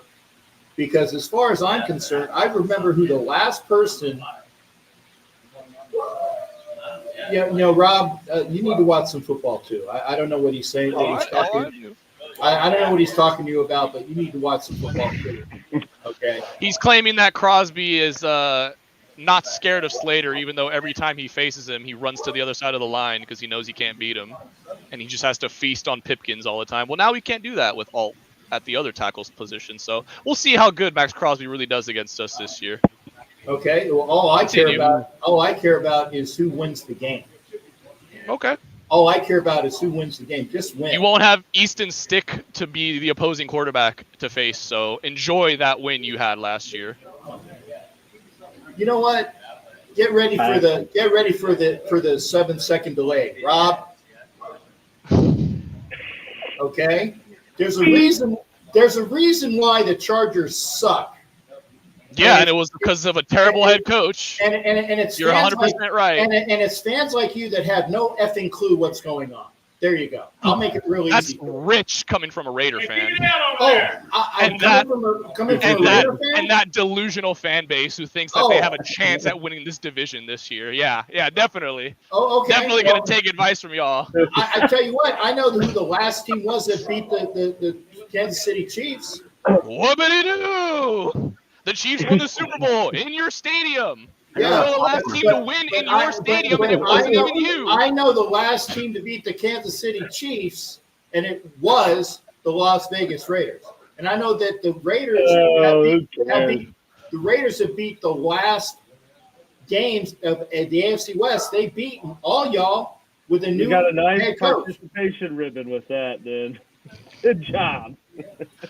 You know what? Congrats on being a career backup. You should be very proud. Whatever, okay? The season is young, and you guys are talking a lot of crap, and we haven't even played a game yet. No, you guys are talking a lot of crap for not having even played a game yet. No. You have no QB. You have a first-year full-time head coach that finally has some film on him, and teams can actually game plan for instead of thinking about it in the middle of the season. On top of that, the quarterback that we had that beat you and also should have beat you the first time if he wasn't hamstrung. Should have. With a ball. You know what? Should have, could have, would have, but he didn't. So. You know what? Sorry. You. Fuck you. Bye. So, Bye. Sorry. Bye. So, the interesting thing about where we are with this season. Good draft. There are some interesting. You know what? No, I hate fucking ignorance, and that fucking kid is so fucking ignorant. Oh my God! No, ignorance. It's like that other a-hole that's in the comment section that I won't even address because he's ignorant. You know what, Robert? I'm gonna go. Go ahead and kick me off because I will not be on a panel with an ignorant mother. Okay, I'm not doing it. I think that's a bit too far. Okay. No, ignorant. Fair enough, but ignorant. no, Go ahead, take me off. It's not actually ignorant. So there's a few things that are actually truth in the comments there. Thank you. For starters, it's a fair comment. His name is Robert. That's the only thing that's true about it. No, actually, it's not. So here's an example. One, this is the first year that AP has been a full-time head coach. And who did he bring in, Richie, to be underneath him on that staff? Look, we had a bunch of people on the Broncos that were under Nathaniel Hackett, and trust me when I say we sucked. Okay, like bad, right? Hackett had a bunch of backstops that were there in the coaching positions, and the Broncos sucked. It is also true that AP is now in his rounding after his 8 or 9 games or whatever when he was there as a head coach, where teams now have film on the way he was playing. Now, it's also true that he may adapt his game coming up this season where he's not going to employ the same playbook and he might change things up as well. There was no playbook. It was friggin' McDaniels' bullshit playbook at offense, which is why we lost games. So you want to use your head coaching excuse, but when I use that excuse saying that Brandon Staley gave up the most points ever in 3 years while Justin Herbert scored the most points ever in that same time frame, you want to say, oh, well, Herbert's a choker. Oh, well, but you don't want to use the head coaching excuse. I never said Herbert was a choker, so look at the fucking tape, asshole. I've never said I'm talking anything. about your fan base in the comments saying that he is. Talk to me, asshole. Okay, I am talking to you. So tell me why you get Tell me why you get to use the head coaching excuse. No, I told you. I've never said that Herbert was a choker. I said okay, fine. That's fine. I will disregard so that. Talk to me. Talk to me. I am. Why do you get to use the head coaching excuse for your Raiders, but the Chargers can't? Just tell me that. I just want to hear. Respect. In And what respect? I just gave it to you in what respect? Are you deaf? I just told you that Brandon Staley literally led the worst defense in the NFL for 3 consecutive years with Herbert on a rookie contract and wasted any potential that we had of actually doing something under a You know rookie what? contract. I So tell please you tell what, me. bro. So please tell me. Tell you what. Why don't you get your effing team together and actually have a team that's worthwhile and come talk to me about it? And by the way, I will be in LA. Hearing a to whole see lot of that nothing. game. I will a whole lot of. Oh, is that the takeover? You know what? That's a Telling- takeover. Telling my team to get better. Tell my team to get better. That's a great argument. That's a great football argument. Rich, gotta go. I can't stand any fucking ignorance from that asshole anymore. Gotta go. Oh, come on. No. Bye. Bye. I'm gone. I got better shit to do. I'm on vacation. Just like fucking Axel Foley, man. I'm on vacation. I don't have to listen to that fucking asshole. Rob, you know what? I at least have respect for Coach because he had fucking knowledge. You don't. That's rich. Yeah. He had. I don't have any knowledge? Is what you're I saying? am literally talking to you about head coaches, and you're saying you And just I'm need your team to get better.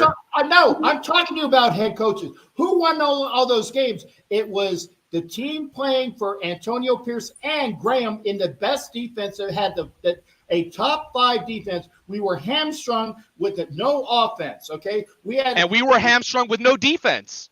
Well, so what's your argument? I mean, What's your argument? Will say there are some very similar traits to the 2 arguments you guys are making about your team. I mean, come on, man. I'm just trying to get it. One happens to be defense. I will say this though. Who the fuck did you bring in? You brought in Harbaugh, and we'll see what he does because we'll see. But we know what we got. He's already done more than Antonio Pierce has. So what is your point with him? What has Harbaugh done? He's been to a Super Bowl. What has Antonio Pierce done? And he fucking lost. So and what has Antonio Pierce done? He's been to a Super Bowl. He won a fucking Super Bowl. As a head coach? Are we seriously going to talk about coordinators winning Super Bowls now? Are we seriously doing this? I'm talking about a player winning a Super Bowl. He knows what it's done, what needs to be done about winning a Super Bowl. Okay, and he won a Super Bowl, ass fuck. As a player. As a player.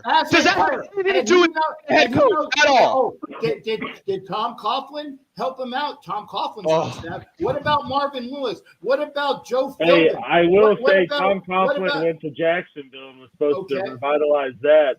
Well, how'd that pan out? Point being is that Tom Coughlin's won a Super Bowl. Marvin Lewis has made a Super Bowl defense. Are they your head coaches?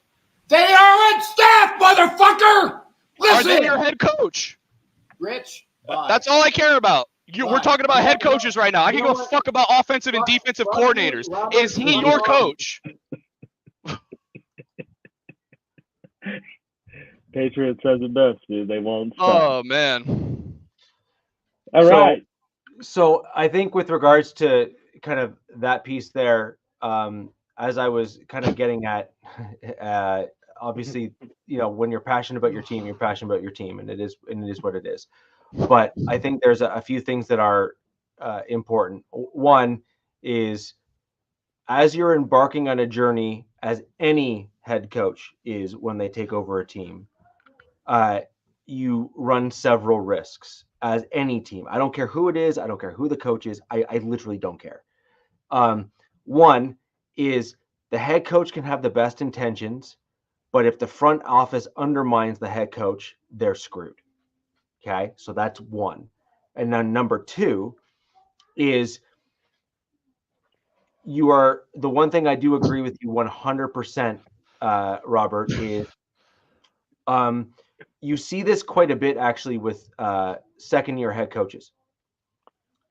You saw this with some of the best head coaches actually, which is the best head coaches in the NFL level when they get to that next level or that second year.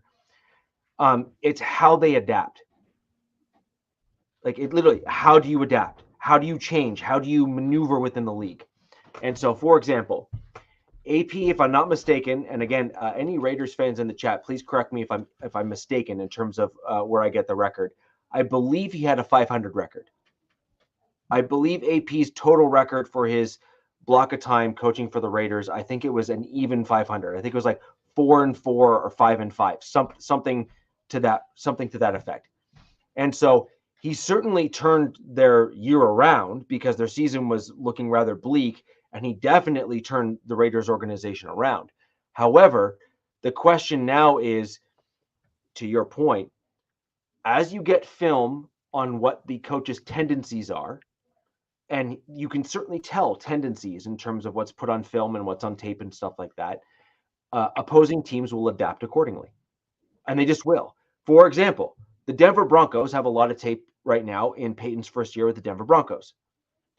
It is my prediction that what Peyton has all but said is that he was under a limited playbook, and therefore there's a whole boatload of plays that he wasn't able to implement because Russell Wilson was not capable of making certain throws. And you saw that because he didn't make those throws under two different offensive schemes under two different head coaches. Okay, so I'm equating this, and I'm evenly and equally. I'm an equal opportunist when it comes to criticism. I will happily critique my own team, and I will happily critique my opponent's teams. As will I. Similarly, Mahomes has got a few weaknesses in his game as well. For example, one of the weaknesses in his game, he wins too much. Well, there's that, but there's the smug. He is. Yeah, there's the smugness right there. But for example, Mahomes has shown that he's not infallible. As an example, his line broke down and he was a shell of himself. Okay, you saw that against Tampa. You lost two of your main linemen. No offense, Mahomes looked rather pedestrian when he didn't have a great offensive line blocking for him in that game because he was forced to do things that he wasn't used to doing. These are just facts across the division, and as you watch football and as you assess the football team. So scheme will matter with the players that you have. Front office will matter with the teams that you have. And in addition to that, adaptability, once you put game film out there, is going to also matter in terms of how you succeed or how you don't succeed. Andy Reid has been a great example of an adaptable coach. He's got a bunch of stuff that just works, and he's like, I dare you to beat me. But then every game or two, he mixes in a few extra plays. And he just churns through them, and you're like, where did that come from? I hadn't seen that before. That's new. And Bill Belichick, by the way, was infamous for implementing those sorts of things and encouraging his offensive coordinators to do the same thing. So the question here is, can and will AP make those same adjustments for the Las Vegas Raiders? Will he take what worked under the McDaniels offense? Will his offensive coordinator bring in other plays and intermix it and put the team in the best position to win for those Las Vegas Raiders? The short answer is we don't know because we haven't seen it yet. However, it is an absolute valid question to ask because I've been asking it as a Broncos fan for the last 6 years or 7 years, right? Which is, can we adapt and get better? And the short answer has been, for the most part, that the front office, for the front office, the answer is no, because they've been undermining a lot of their head coaches by drafting flash and whiz and bang and not drafting substance. And that is kind of what I've been talking about, drafting linemen, D-line, offensive line, linebackers, competent wide receivers, that kind of stuff. Those things all matter for a football team to succeed, but you can't just draft the guy that you think is great. You have to draft the guy that is great for your vision, for the direction that your team is moving in. And all of those things all have to fit. And frankly, if we're going to be quite honest and blunt with ourselves within the AFC West, the Kansas City Chiefs have been the best at doing that because they have a vision for their team in terms of how they want to play and why they want to play that way. And they got Super Bowls and wins in the division to prove it. Okay? It's like, this is not rocket science as far as I'm concerned in terms of assessing the circumstances of the situation. Now, each of our teams, myself with the Broncos, Robert, yourself with the Chargers, and Captain's Raiders, we all hope that we are finally, or have finally, put ourselves in situations where we have our coach, we have the front office, and we have the vision now to be able to then dethrone the Kansas City Chiefs you with Harbaugh, my team with Peyton, and obviously the Raiders there with AP. The question is, have we actually done it, and are we in fact moving in that direction? Yet to be seen. We don't know, and we just don't have enough. We don't have enough to know enough in order to make a true assessment of that. I can say that my Denver Broncos overperformed last year based on the roster, and I am willing to credit that to the head coach. Okay. You guys have a good head coach. And good coaching can overcome a poor roster if you know how to put people in the right position to win, which is exactly what I was getting at earlier. So we will wait and see if the draft picks that the Raiders picked fit the mold and direction of the team, or did they undermine the head coach's direction, and will that set the team back just because they have a mismatch? We just don't know, right? We don't know. Absolutely. But overall, though, I thought every team had a pretty solid draft. Yeah, I agree. Except the Falcons.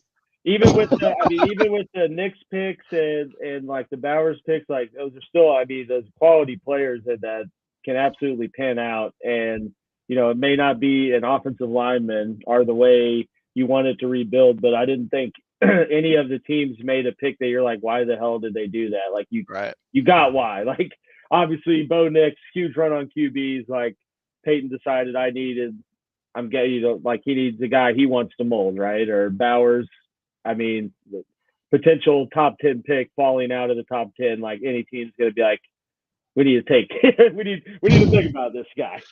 but anyone outside of Atlanta didn't make you go, what the hell are they doing? Yeah, everybody had a pretty solid draft. I think we all did pretty well overall. I think the Raiders had a pretty solid draft. JPJ in the second. That's an insane pick for them. That was amazing in terms of value for the draft. I did not have that on my draft day bingo card. No. I thought that was an amazing pick for the Raiders, and I hate to see them getting such a good player at such a value position in the draft. Yeah. That really was excellent. I do think that the Raiders, the reason why I was so shocked that they went tight end there in the first was if they had got the right tackle in Fuaga and gotten JPJ, to me, that sets that line up for 4 years, 5 years down the road. Even longer than that, maybe. Longer if they all stay healthy and whatnot. And to me, even if AOC 4 doesn't work out, like even if he doesn't start taking those next steps with proper protection, even if that's true, you've got a line in front of any quarterback that you then bring in who too good not to blow up. Got to get glazed. Oh man. Dang. But yeah, no, and I just thought too with the Bauer, like what a good security blanket for a QB. And how many good offenses have we seen that have had two good tight ends? I know we talked about the potential of Bowers going to the Raiders, I think when Angelo was here, and I even said you look back at like Gronk and the other guy that we won't talk about, or Cap going all the way back to the 70s. Like there's been a long history of successful offenses with two tight ends, and so I get from that aspect of let's build around AOC4, and if he's not the guy, then we can be aggressive at the right time to bring in the guy. So I get why they did it, and hell of a player. So sorry, I just want to address this comment real quick. Yeah, so, please do. I was about to. So DJ Raiders, most of the Raiders folks here know me well enough to know me well enough. I kind of think the comments here is out of line, and two, I think it's actually factually inaccurate. Robert was discussing football. He was talking about head coaches. He was talking about transitionary elements. He was talking about a tremendous amount of football focused elements there. And I understand that as fans of our respective teams, we all want our teams to succeed. We all believe our teams can succeed, and we are fans of our respective teams. And we believe that the moves that they have done are 100% in our team's best interest, which I actually agree with. I think, none of our teams set out at the beginning of the year say, hey, do you know what we're going to do? We're going to be worse this year. Right? More stuff. Yeah, like none of us are doing that, right? However, I think that we just need to be very, very careful about attacking the individual rather than the take itself. And so you'll note that when I speak, even though we are all divisional rivals, I intentionally only discuss the content rather than the person. And I think that's an important distinction to make. We can disagree with one another. We can not like one another's teams when we play each other. We can do all of the things all of the time. However, I just think we need to be mindful of the lines of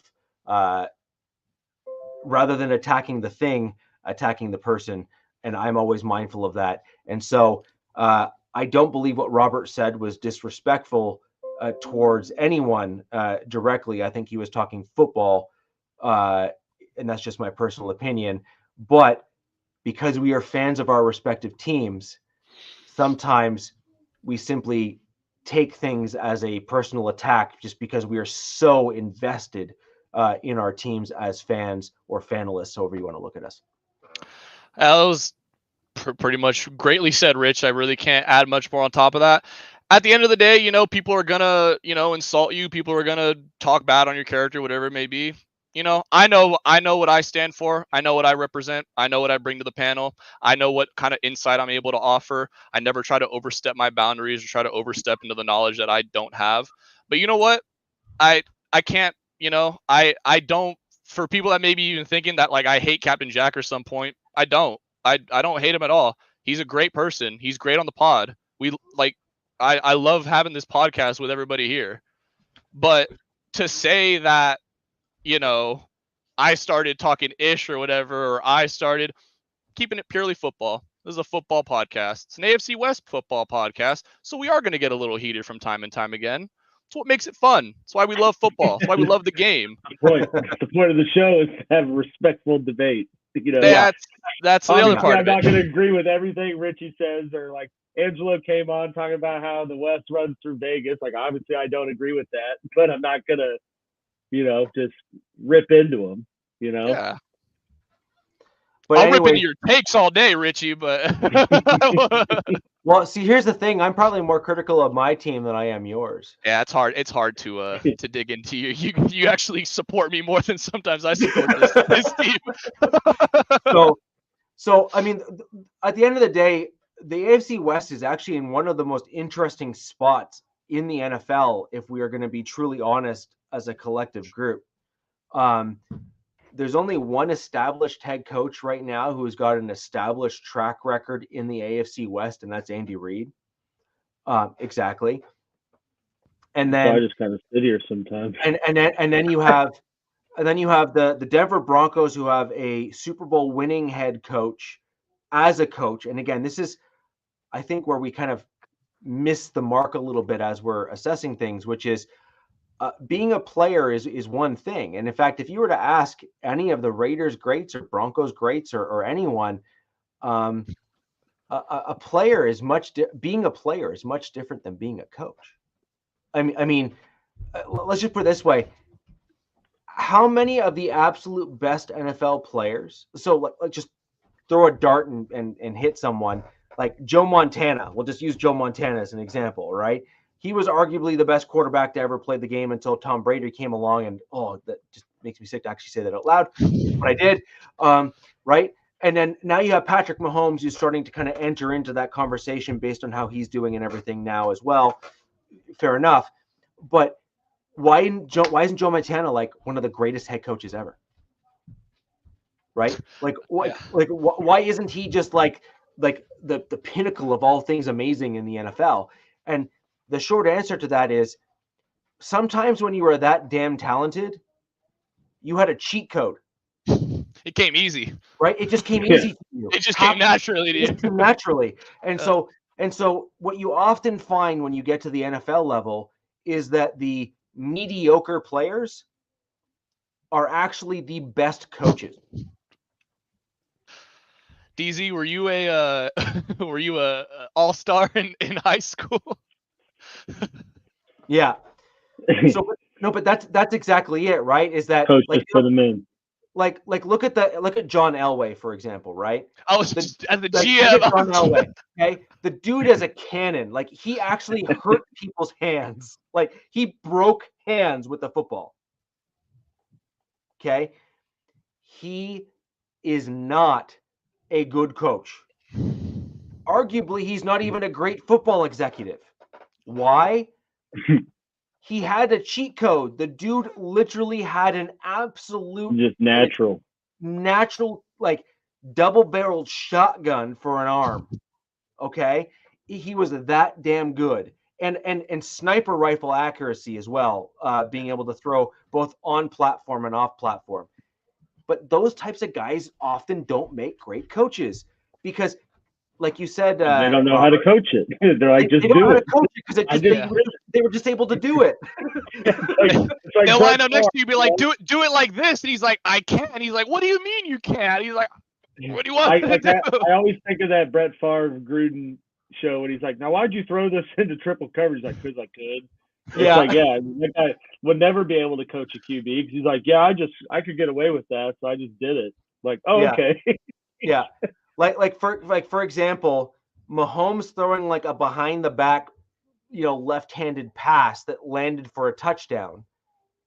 Any quarterback's coach who's worth anything at any level, including the NFL, would literally walk up to any other quarterback and hit him upside the head with a shovel. Right? For making that play. Yeah. I'm sorry, that's a fact. But Mahomes does it and it works out, and Andy Reid's like, dude, I was about to rip you a new one until it worked. Yeah. Mahomes just has like a permanent green light. Like at this point, Andy's just kind of told him, like, dude, you're gonna hit him more than you miss him. So just go for it. Like, yeah, you'll throw into triple coverage, you'll throw into double. Maybe a couple of them will get picked, but I mean, the dude's got three Super Bowls. Three Super Bowls. Jesus Christ, I'm tricky. Yeah, whatever. And GA, this is exactly my point, though. Like you are doing nothing more than proving exactly what my point is. An undrafted free agent who was not drafted to the NFL had to learn and fine-tune all of the elements of his game, because from day one, he was not making a 53-man roster unless he was exceptional. That is my point. Like, you are doing nothing but proving my point. Now, that has the potential of making him a great coach.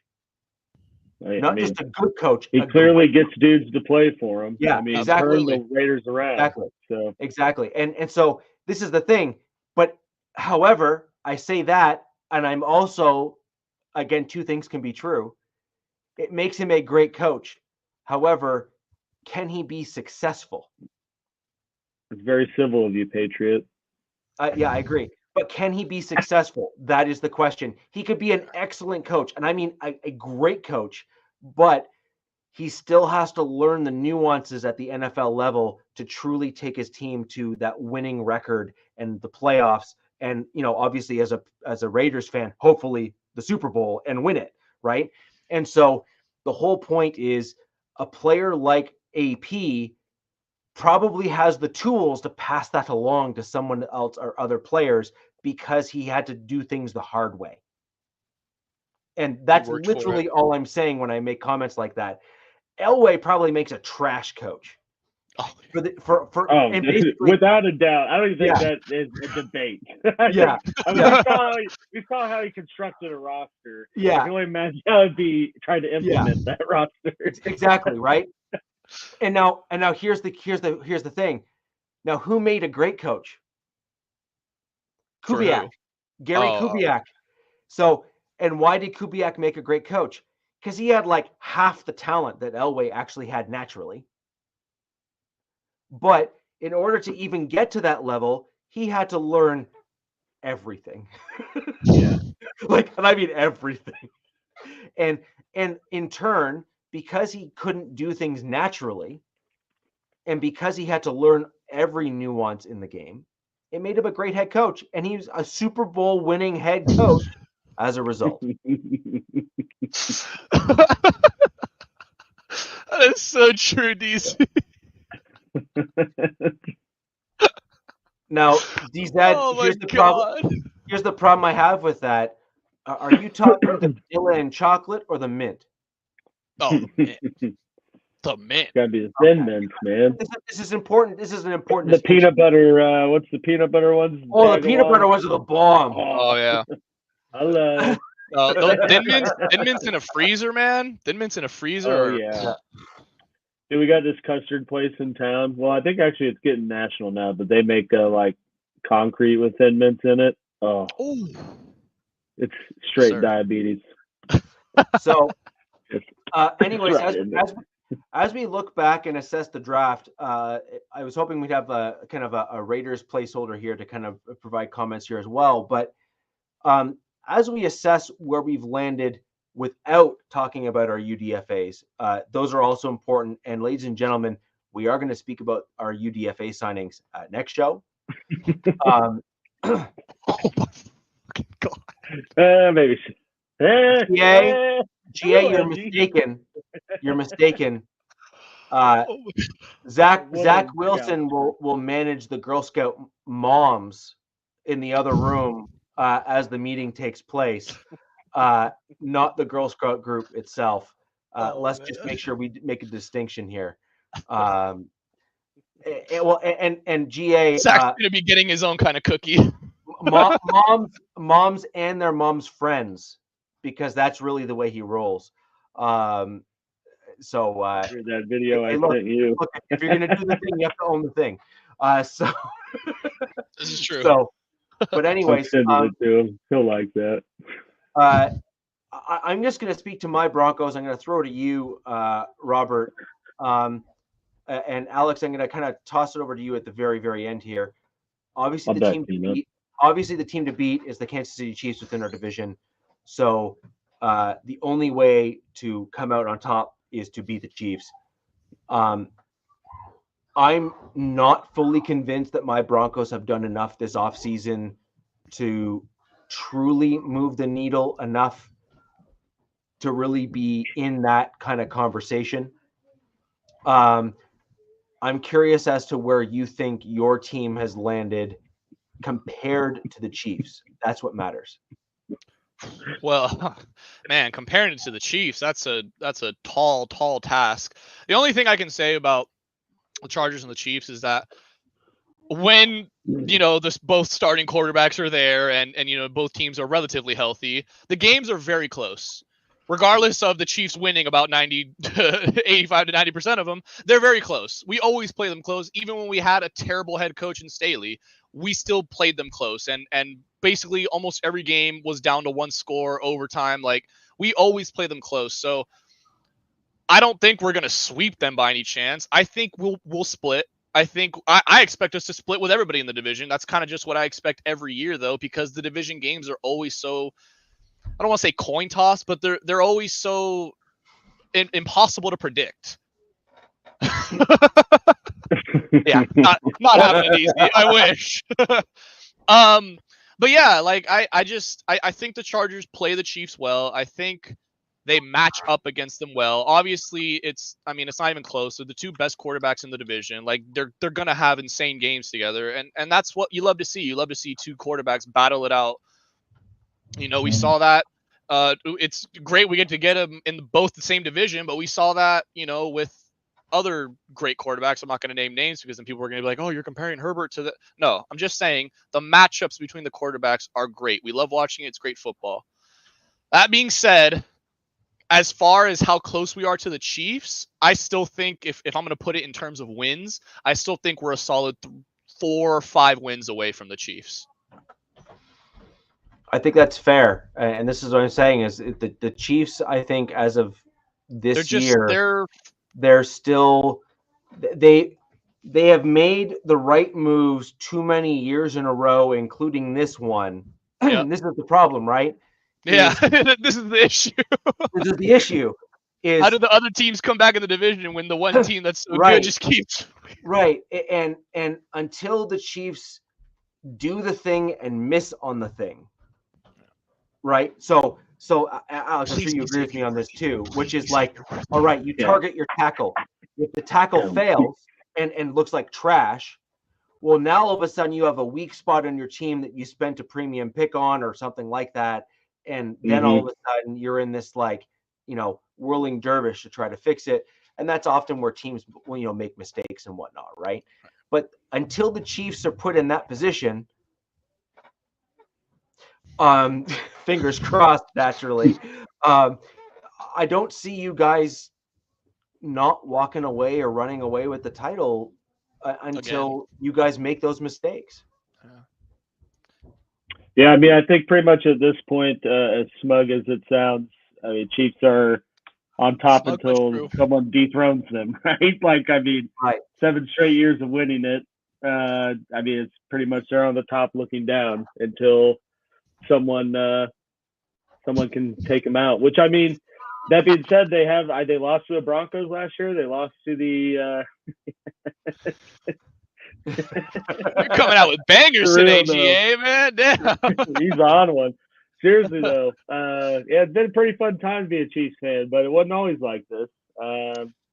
But yeah, I mean, I think every team draft wise, as I was kind of saying earlier, made the moves and steps in the right direction. I think that, I remember when I first got on the show is when Chiefs just traded Tyreek, Broncos just traded for Russ, Devontae just went to Vegas, and Mac just went to LA, and we're thought that the AFC West is going to be this just gauntlet of a division, and going to be we might have 3 teams in the playoffs, and honestly I think with these drafts and seeing the 3 other teams making the picks and moves with a clearer vision in mind to have sustained success, I think we're getting pretty close to that level of this, being ultra competitive, and nothing is going to be an easy game in the AFC West. Not that it already is, but it's only going to get harder.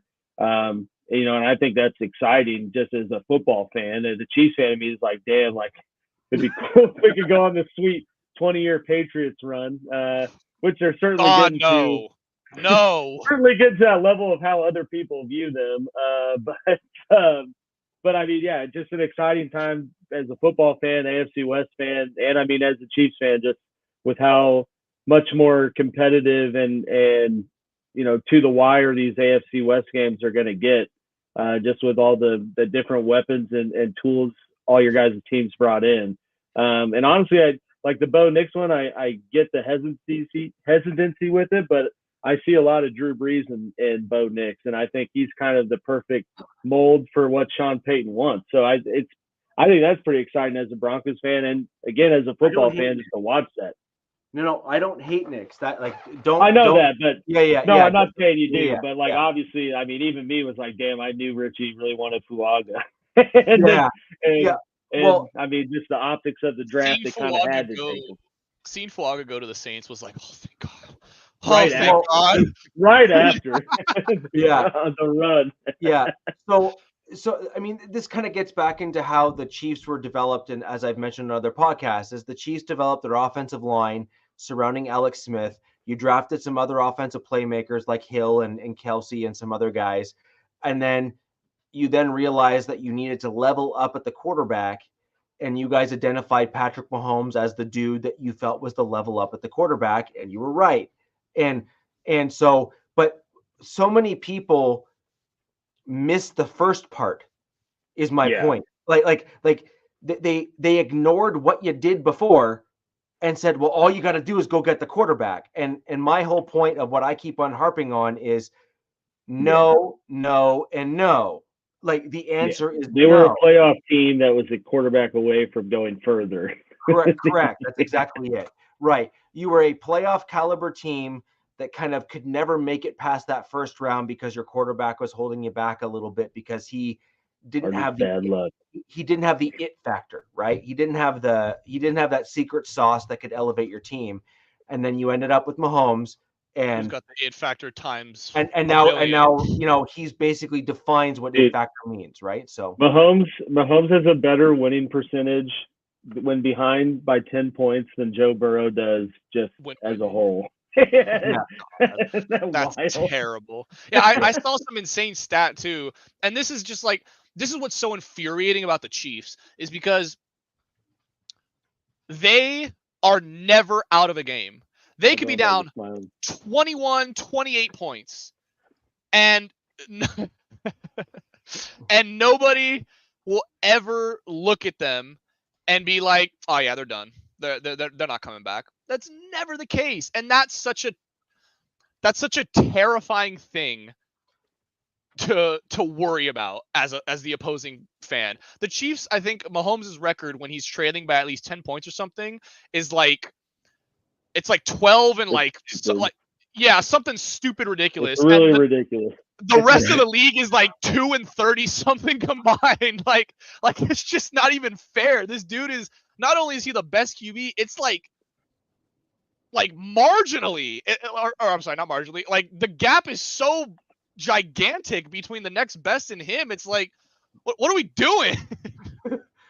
But that's my point though, right? Which is, there's only really one way of beating or competing against a guy who is that much better, or at least has he has the tools that maybe your quarterback doesn't. So for example, you need to overpower the offensive line. Yeah. And you need to focus on what their weaknesses are on the offensive line. There's a few that KC has. For example, they don't handle bull rushes well. Right? So how are you going to manage that? Well, you need to get really strong, powerful dudes.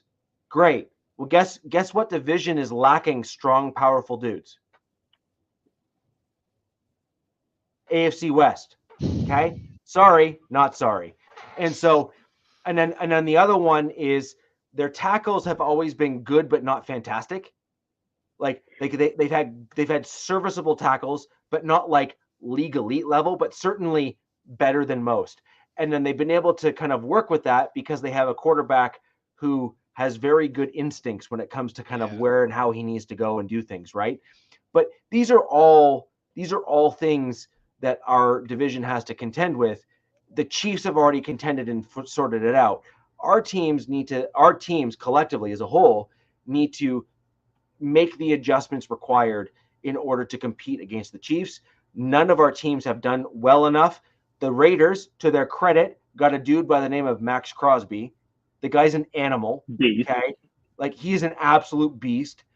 However, they have struggled for most of the time to pair him with someone to allow a team to not just double him and kind of prevent him from getting into the backfield. And so we all have our weaknesses, and we need to do better as a collective division if we're going to dethrone the Chiefs. But anyways, guys, we have a ton of content to kind of get into as we start edging into the season here.